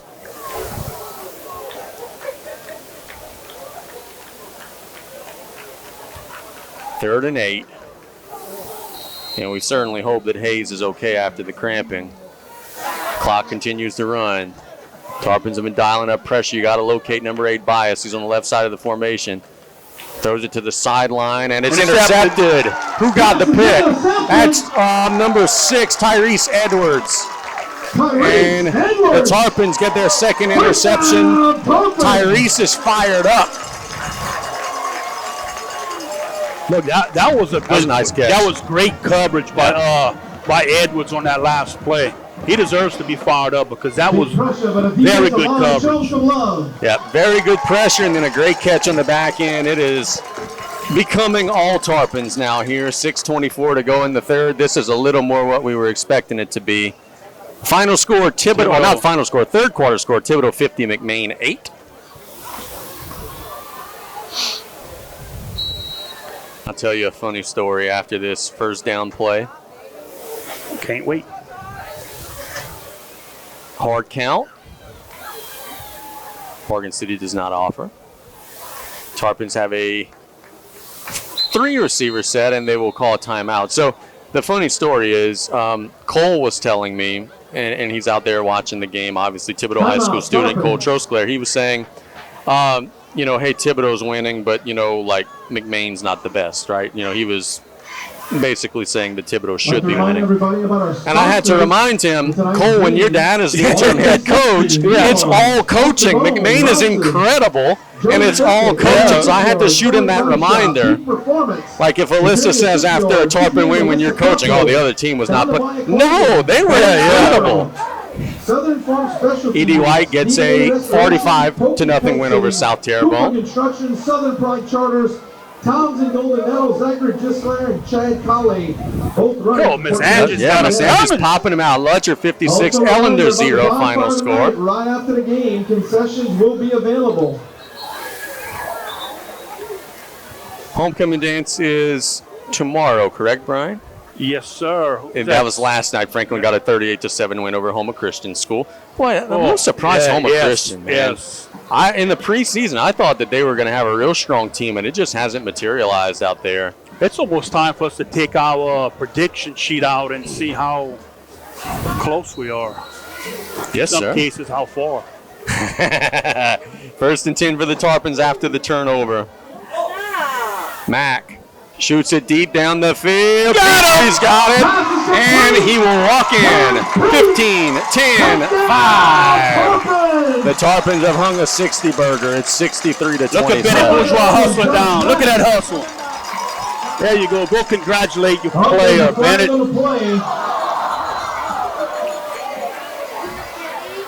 I looked. I didn't see any flags. Oh, there is a flag at the 34.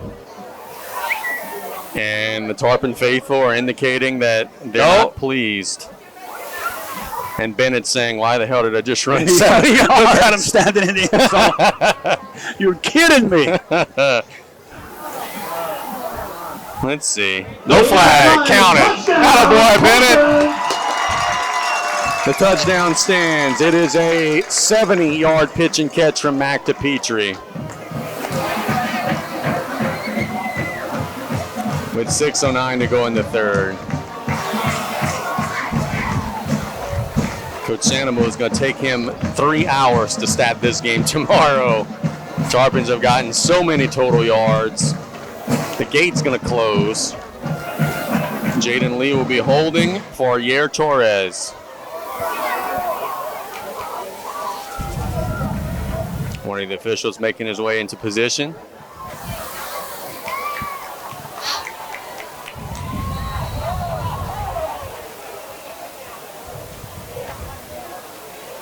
Snap is there, kick is up, and it's blocked.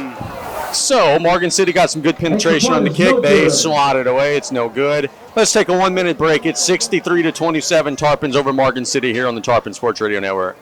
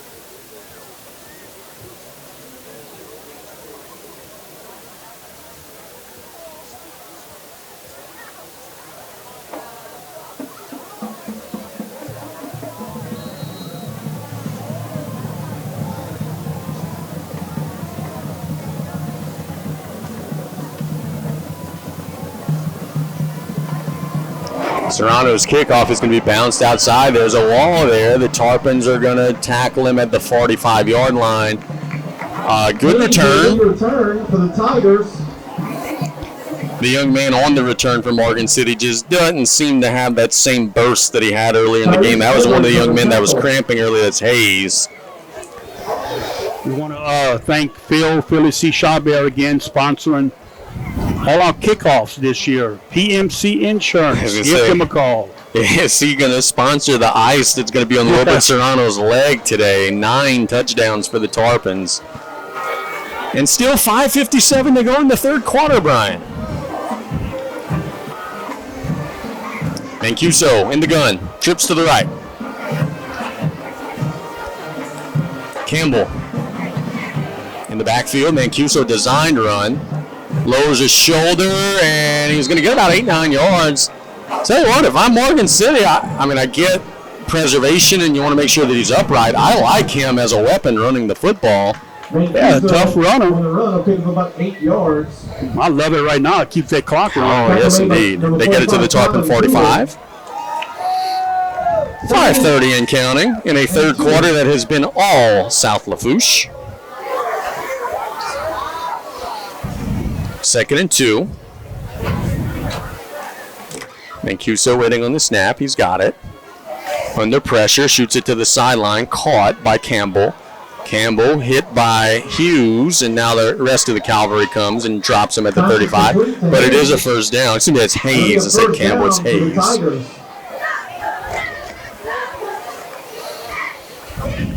I didn't think that we would be able to give you scoreboard updates from the Pelicans game while we were here, but why not? Let's go ahead and pull that one up. Got some thoughts on them. Oh, I don't like the tone with which you said that. It's some good ones. Portland leading 12-7 in the early stages. Very, very early stages. 1st and 10 for the Tigers. Here's the snap. And incomplete. Threw that little swing pass out to the sideline. Hayes is fighting some cramps still. You can see he's kind of shaking that leg out a little bit. He didn't catch that one. I'll tell you this, Coach Danos, if you were listening to this back, your boys compete, bro. For a winless team, they're fighting. That's one of these. The guys that you have left aren't many. but they're not quitting, and I love to see I was that. going to save this for after the game, but Coach Daniels, keep doing what you're doing. Absolutely, man. They don't have a whole lot of them, but the guys that are there are playing their butts off. Quarterback steps up in the pocket, throws it as far as he can down the field, overshot everybody. Pass is incomplete. That'll be third down. I think Mancuso's tired at the end of these games, Brian. He takes a hit on almost every play. He throws the ball deep down the field constantly. Then he goes play defense. Yeah, go play linebacker, no big deal. It'll be 3rd and 10.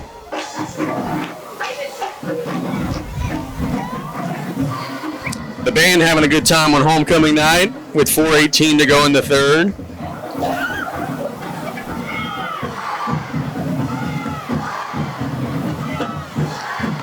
Strong side of the field to the left. There's trips that way. The rush coming. Throws it to the sideline. A sliding catch made. Well short of the sticks. Pass is complete. Gain of about 3. Boatman on the reception. 4th and 7. Getting word our audience in the campground was offline maybe for a little bit. Now they're back online. There we go. They want to know if they had some fun finding the first downs. Oh, plenty. 4th and 7 here. Morgan City trying to scratch and claw. Mancuso under pressure. He steps up, shoots it down the middle through the hands of the receiver. Turnover and downs. It was intended for Hayes. Dre Hughes was there, and the Tarpons will take over. You got to be impressed with Mancuso's poise in the pocket. He's getting rushed every single play. He steps up and finds an open receiver. It didn't work out for him, but you got to be impressed with that because the Tarpons are coming with some heat. If you have a team of 50 of that, you're going to win a lot of games. Yes. Tarpons can make this running time with one more score. And I did use my hands to count that, Matt. 69-27 would be 42. Mack looking to the sidelines. 3:30 to go in the third. Dardar back there with him has had a huge evening. He's got the carry off right tackle. He's going to have an even huger evening after this, if that's a word. Gets 8 more yards. The way Dardar's running, we can make that a word. That's right. Tackle for Webb. He's got to be 2nd and 2. Well over 200, yeah. And my question is, how the hell do we pick a power player of the game tonight on a night like this? That's a good question. Inside of 3 minutes in the third quarter, 2nd and 2. Mack throws it deep. Petrie is all by himself. He's caught it. House call, perhaps. 15, 10, 5. Attaboy, 2. Run, baby, run. The Tarpons pushing into running time, and the Tarpons have 69 points. Nice. It is 69-27. And you know one thing, our stats that we've been doing, the race, the quarterback, Case from Central Catholic, Morgan City. Mack is on his heels. It's going to be an unsportsmanlike conduct foul on Petrie, I believe. He kind of flexed his muscles after scoring this touchdown. Touchdown counts after the play, dead ball, and sportsmanlike conduct on South Lafourche.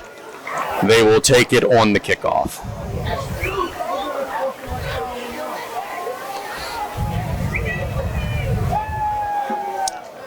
So, Yair will be on to kick another extra point.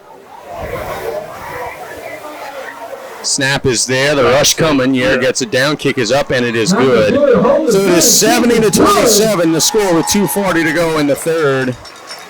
Brian, let's go ahead and keep Hibbers with the running time. I don't know that we're going to have very many more opportunities to kind of discuss what's going on here. As bad as the first half was, it's been all Tarpons in the third quarter. That's more like it. BJ's adjustments are looking pretty good. Yeah. Look, good second half. Tarpons are going to get their third win of the season, second straight, improved to 3-5. I think the Tarpons got their average today also, and unsportsmanlike conduct penalties. someone before was telling me it was 3. Like, I don't know how that's it or not, but.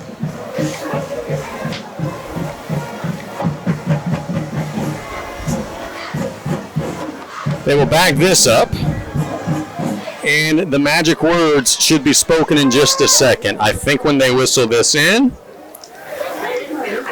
the clock will be running.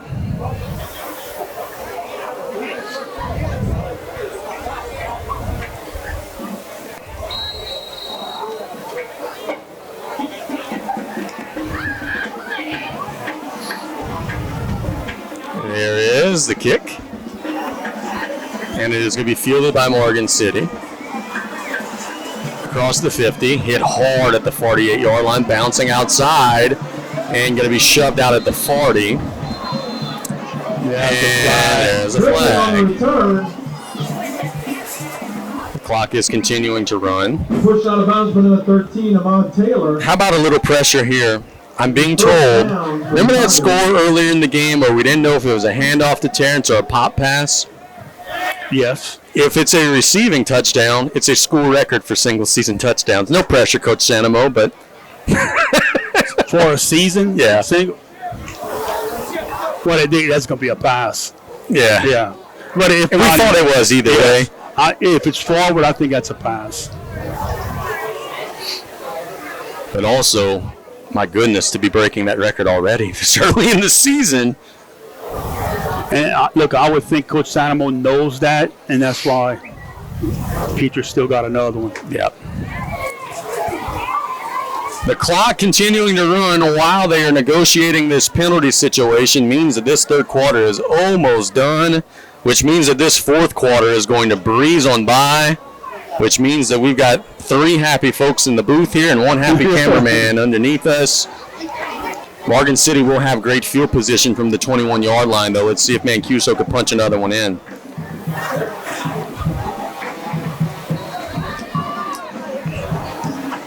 First and 10. Throws it to the sideline, incomplete at the feet of the receiver. 18, Eno Alamo on the coverage of number 10, Hayes.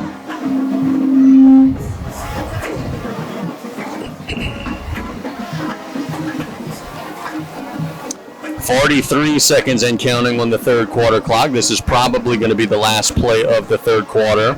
See Dardar taking tape off. I believe he's done for the evening. A lot of those starters will be done for the night. Now, one question I'll have, and I'll save it for after this play. Well, they're waiting to get situated. Your backup quarterback is not dressed out tonight. I wonder who's going to be taking those snaps. Because Billiot is in street clothes. Morgan City will call a timeout with 15 seconds to go in the third. They may just keep Mack in. Hand it off. Well, you did have Jaden Lee. I believe they played some quarterback. Jaden Lee isn't Bo Robert also? Yes. Yeah, so they'll figure something out, surely.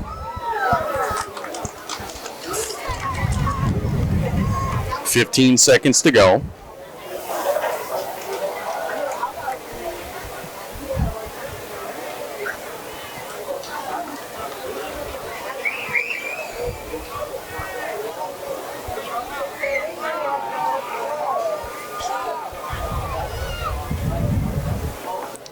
So the Tigers take the field, the Tarpons take the field. Could be the last play here of the third quarter. I have a question after this play, and this is not anything that would realistically happen, but just a hypothetical after this second down play. Mancuso gets the snap, steps up. There's going to be a hold. He's going to throw it down the field. It's going to be caught, and they're going to get near the goal line. Good tackle. He didn't get in, and a flag will be called. This is going to probably be offsetting penalties. It will be the end of the third quarter.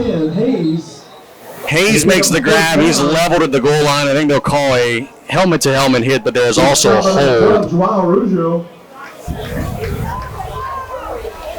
There's 3 flags on the field. No. Maybe 2. I think you're seeing a yellow shoe. No. I have been fooled by that many a time today.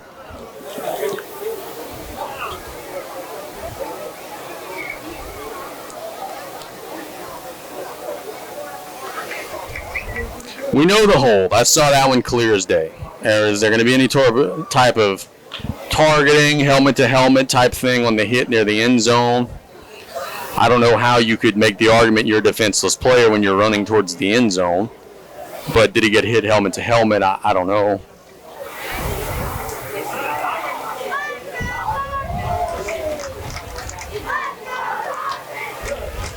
This will be the end of the third quarter, so we're going to have to flip the field after this. We have a hold on Morgan City. We have a personal foul on South Lafourche. The fouls will offset. We'll do it over to start the fourth quarter.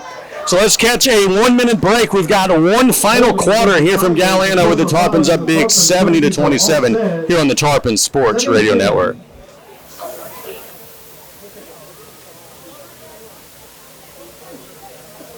It's game time. That's right. Get ready to rev up, raise the bar, go from 0 to 100. That's why Rev is bringing the speed. Buku speed. High-powered internet speed that tackles every upload, download, and stream. With the most reliable network born right here in Louisiana. All backed by homegrown support. It's time to experience the power of Buku speed. Make the switch to Rev. Visit us at letsrev.com.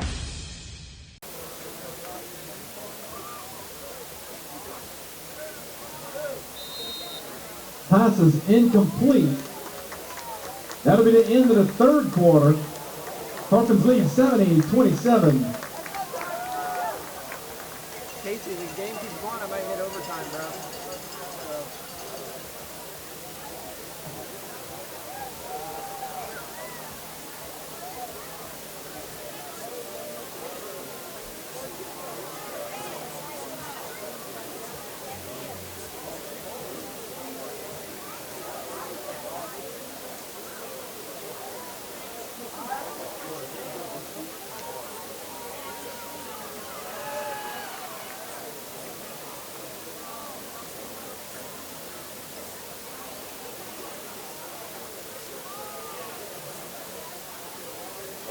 All right, first and foremost, my bad, because with the offsetting penalties, we had one untimed down to end the third quarter that we missed. I just didn't realize that's my fault. I'll wear that one. Mancuso threw an incomplete pass to the sideline.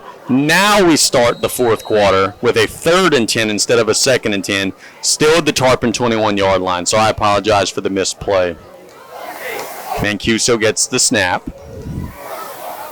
steps up. We'll throw it to the end zone, just kind of a jump ball out there. Oh, my, what a catch. There's a touchdown in the corner of the end zone by the Tigers. Is that number 2? Number 8. Oh, guess who? Bias. Thought it was 2. It was 8.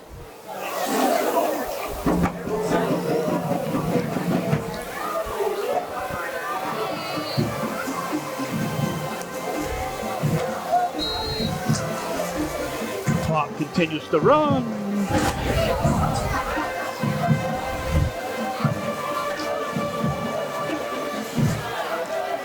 They're going to go for 2. Mancuso steps into one, and it's complete. Got it. So the Tigers will add 2. It's now 70-35. The clock will run throughout this possession break, so we'll just go ahead and keep it here. Brian Bias on the reception. Bias again. Go figure, right? It's a player.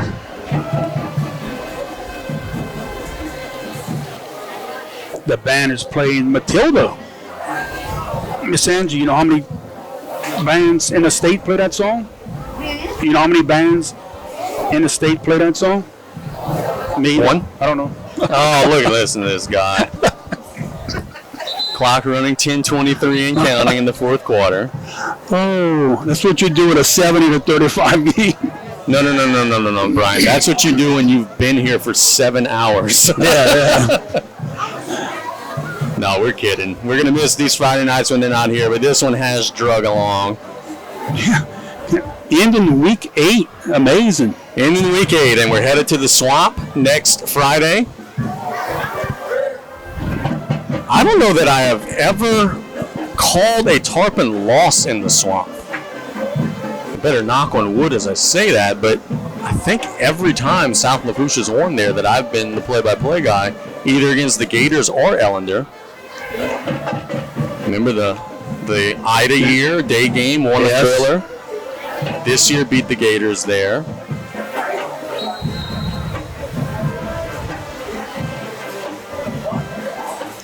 Tigers will kick it away. It's going to be a deep kick. Hughes is going to get under it at the 17, and he's going to bounce outside. Get down, Drayle. What are you doing? He laterals the ball. I don't know that Coach Sanamo is going to be all that thrilled with that. And that's Mac in there. Pitch to Mac. Mac just dropped down. Yeah, I don't know that the Tarpons are going to be too thrilled with that decision making. You understand what he's trying to do, extend the play, but 8:47 and counting. Not in a game like this. Yeah, Dodo tried to go in on offense. They're taking him out. He tried. All right, so we do have some clean jerseys. It'll be 8, Bo Robert in the backfield. Mac is actually going to flank out wide. Nope, he's going to flank out of the game. Bo Robert will be the new quarterback. 35, Landon DeLotte will be the new tailback. Tarpons handed to DeLotte, big hole.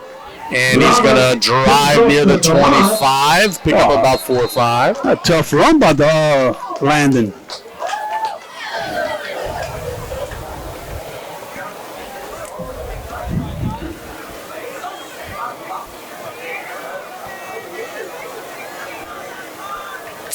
$7:58 and counting.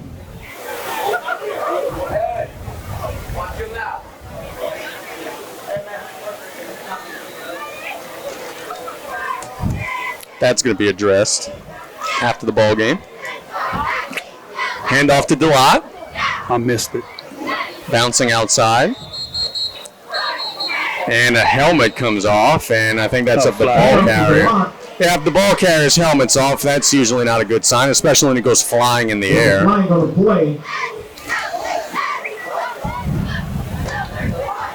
The entire debate of this will continue to lead the clock to be grinding down.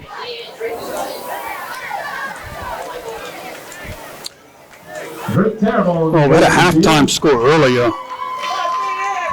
Opelousas Catholic 14, Vermilion Catholic at 21. You know what? I'm sure they're finished now. Let me check on my boy Dennis, or our boy Dennis. I would love nothing more than to see them get a win over Face mask penalty against the Opelousas. Tigers, 15 yards and first down. 1st and 10 for the Tarpons after the face mask penalty.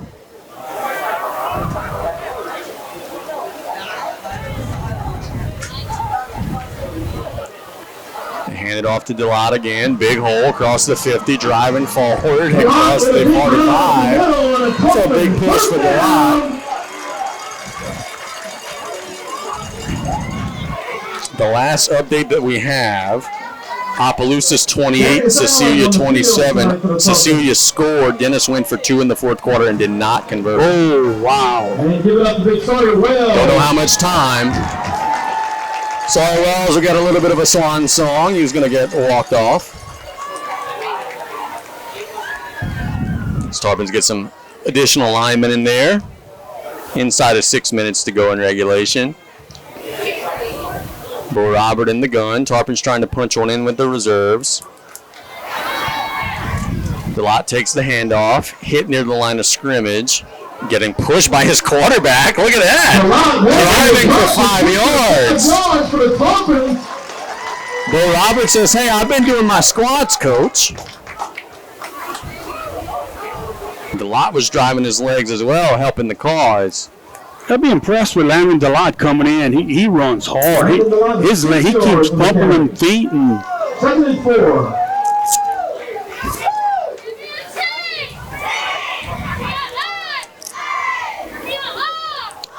So it'll be 2nd and about 4. 5 minutes to go.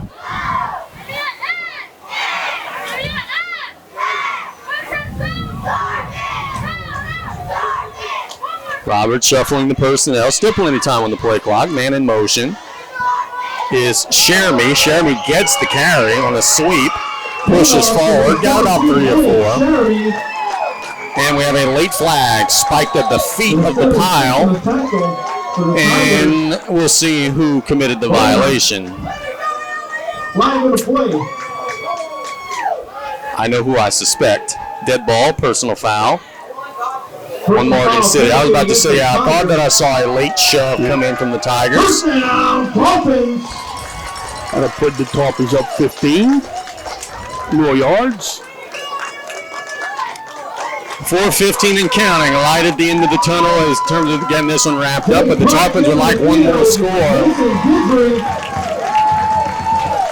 Coming off Big Mo the lot, and then a Saturday. The lot and Bo Georges out of the ball game. James Billiot in the game for the Tarps.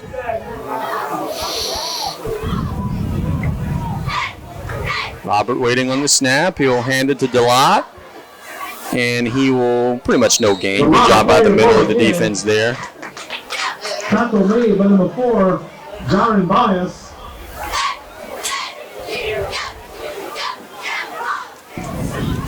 Second and 10. 3:30 and counting here in the fourth quarter. South Lafourche will defend their field on homecoming. Delot will leave the game. The new tailback will be James Billiot. Oh, not leaving the game. Just went to get a little word of wisdom from B.J. Young. Be a sweep run to Billiot, looking to turn the corner. Inside the 20, still running. Gets to the 15, and will be stacked up there. Bryce Summers. Clock will continue to run. A 6-yard gain on the play. 3rd and short. Sorry about that. Correction. Number 20, James Billiot. Tarpons are in the absolute fitness red zone.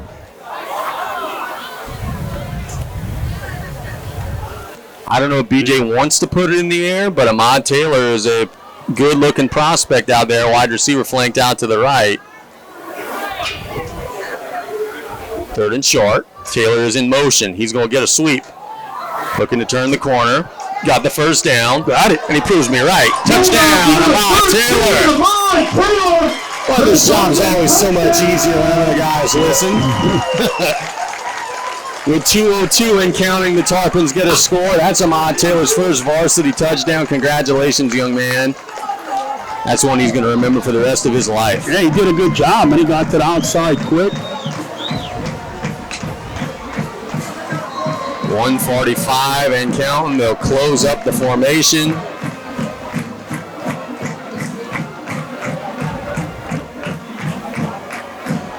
Is this Yair?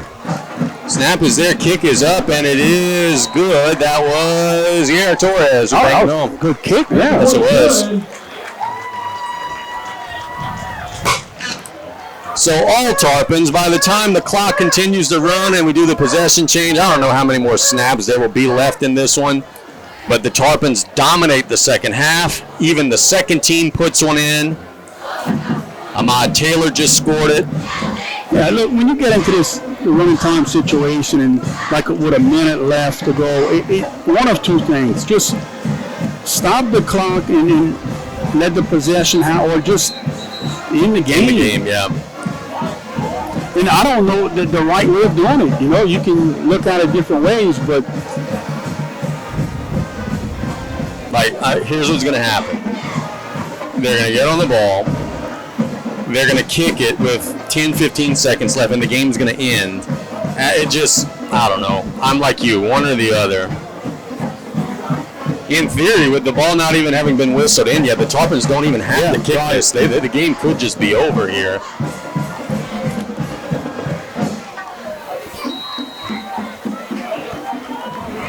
Serrano will kick it away in what we expect to be the last play of the ball game. A wobbly kick caught by Morgan City. He'll take a knee, and that'll be all she wrote. So South Lafourche is going to get a 77-35 win in a marathon thriller tonight. The Tarpons get their second straight, defend their home field for homecoming, and let's see, the fire trucks just pulled up for the bonfire. So the night and the party's just getting started here in Galliano. Brian and I will take a 3-minute break. When we get back, we'll put a pin on this one with the Tarpons defending their home field on homecoming here on the Tarpon Sports Radio Network.